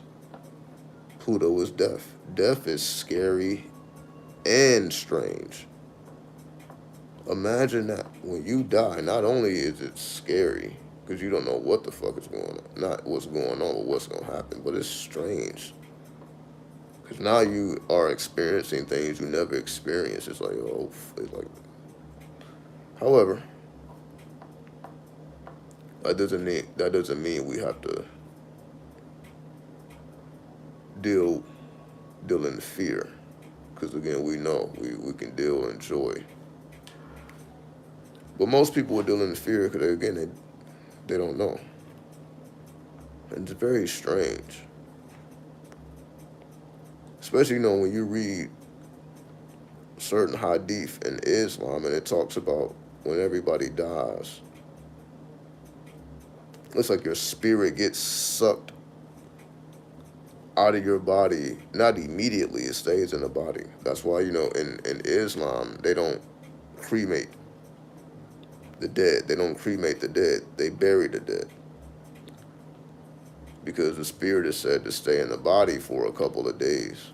And you experience, essentially, your body being eaten by, essentially, nature. Nature is going to take over. And your spirit is experiencing that shit. Which, if you imagine, it will be scary and very strange. Like, fuck, I'm getting eaten by spooky and strange. Spooky and strange. So we see that. If we can understand the previous two, we can get an idea of what Pluto was trying to bring to us. Pluto just adds the element of currency, aka wealth, aka money. Because Pluto's the energy of obsession. So when we go back to the original idea of the video, The original idea of the video was fuck money, do you have hustle? I just took y'all to hustle because, again, it took us to the outer planets. So while everybody else is there hustling, like moving fast, again, moving like Mercury, this is just a reminder for you to acknowledge the outer planets, the outer energies. You move beyond money, you deal with currency, cryptocurrency. Because it's just so easy at this point to access it. It was always, cryptocurrency was made to be easy to access. Cryptocurrency was not made, but we have this idea that it's this whole thing, but no, the whole idea behind cryptocurrency is for the average person to access it. It's not hard. You basically, you can do it on apps from the phone. So none of this stuff, is hard to do whatsoever. It's just such a change in thinking. It makes you technomatic, though. It makes you a technomancer. A part of technomancy is dealing in cryptocurrency. We would consider that technomancy, right? Because that will allow you to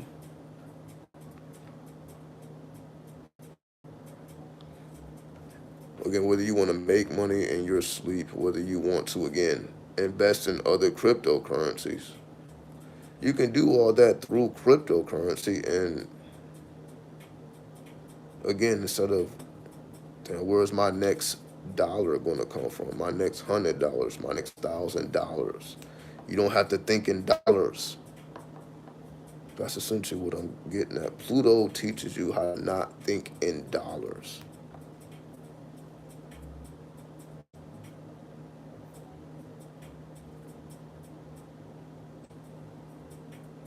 Because you're no longer limited to the local economy. Or the economy is good, the economy is bad. These are things you don't have to worry about when you're thinking about when you have currency. When you understand currency. Because if you don't have currency, if you understand currency, when they say it take money to make money,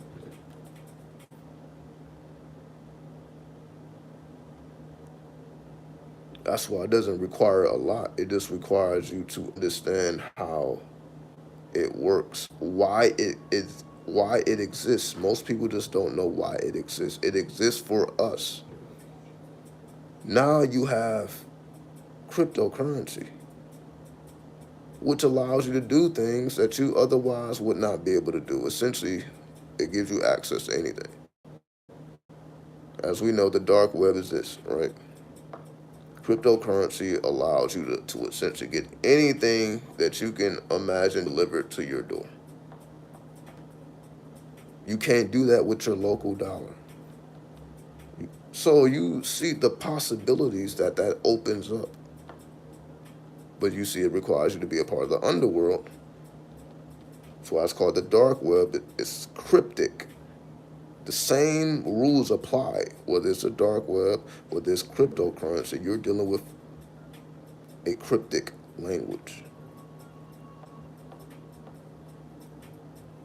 It's just that on the surface. Again, it's initiation only or invitation only. Invitation is you just have to be willing to learn how all this works. And then you will gain from it because you're learning. And it gets easier and easier and easier. Like, yo, like, damn, it was this easy to get money. Like, yo, it's cryptocurrency it's the easiest way. If we're talking about, you just want to sit back and just make trades all day and just literally live off of cryptocurrency, and you just deal with dollars whenever you want to deal with dollars, not because you have to. Because you can say your bank is cryptocurrency. Your bank is not the American dollar. So you see, it's just transitions you have to make. You can say the people in cryptocurrency probably don't have the vast majority of their wealth in the bank. They are their own bank. That's why they use ledgers, which require passwords to even access.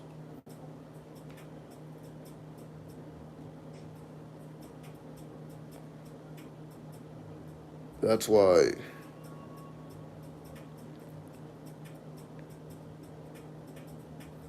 yes, it seems strange, but it also seems scary. That's why people don't make the transition.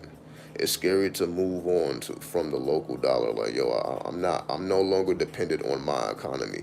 I'm no longer dependent on my state. I'm no longer dependent on my country.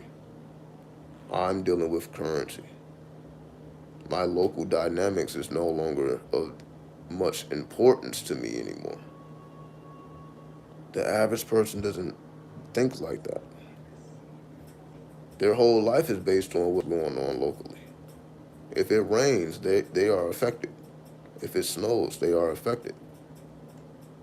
If they have many people in their home and, they have to deal with various emotions, these things affect them. Versus when you're more detached, because you just don't have the same level of anxiety that others have. Where you're hoping that it doesn't rain. Well, I hope the prices don't go up. I hope this doesn't happen. I hope that doesn't happen. You just don't have that mentality anymore. Your mentality becomes along the lines of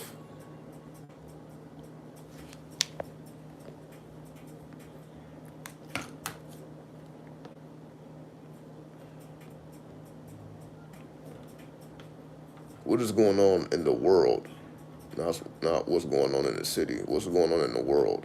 Because if I can understand what's going on in the world, I know how to invest my currency.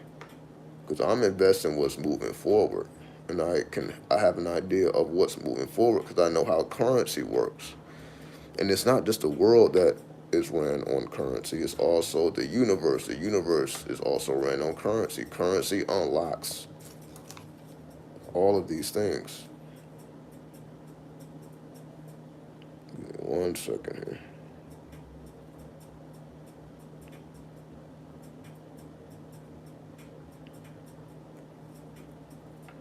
So if currency unlocks our understanding of how the world works, and not only how the world works, but also how the universe works. So if we want to understand how the world works and how the universe works, then we should probably understand currency. If we want to integrate that with technology, now it becomes technomancy.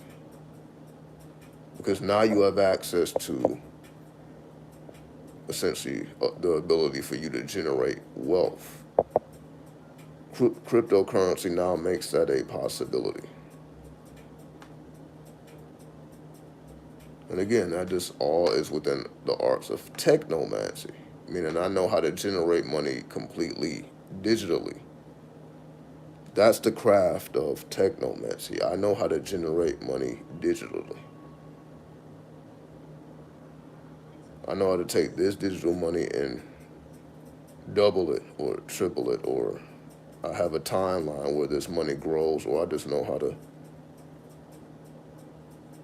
utilize money on a digital level and to make money, not just to spend money, but also to generate money. I know how to generate currency, not just money. We know how to generate money. Do we know how to generate currency? Because if you know how to generate currency, now everything else makes sense. Because everything is based off of generating currency.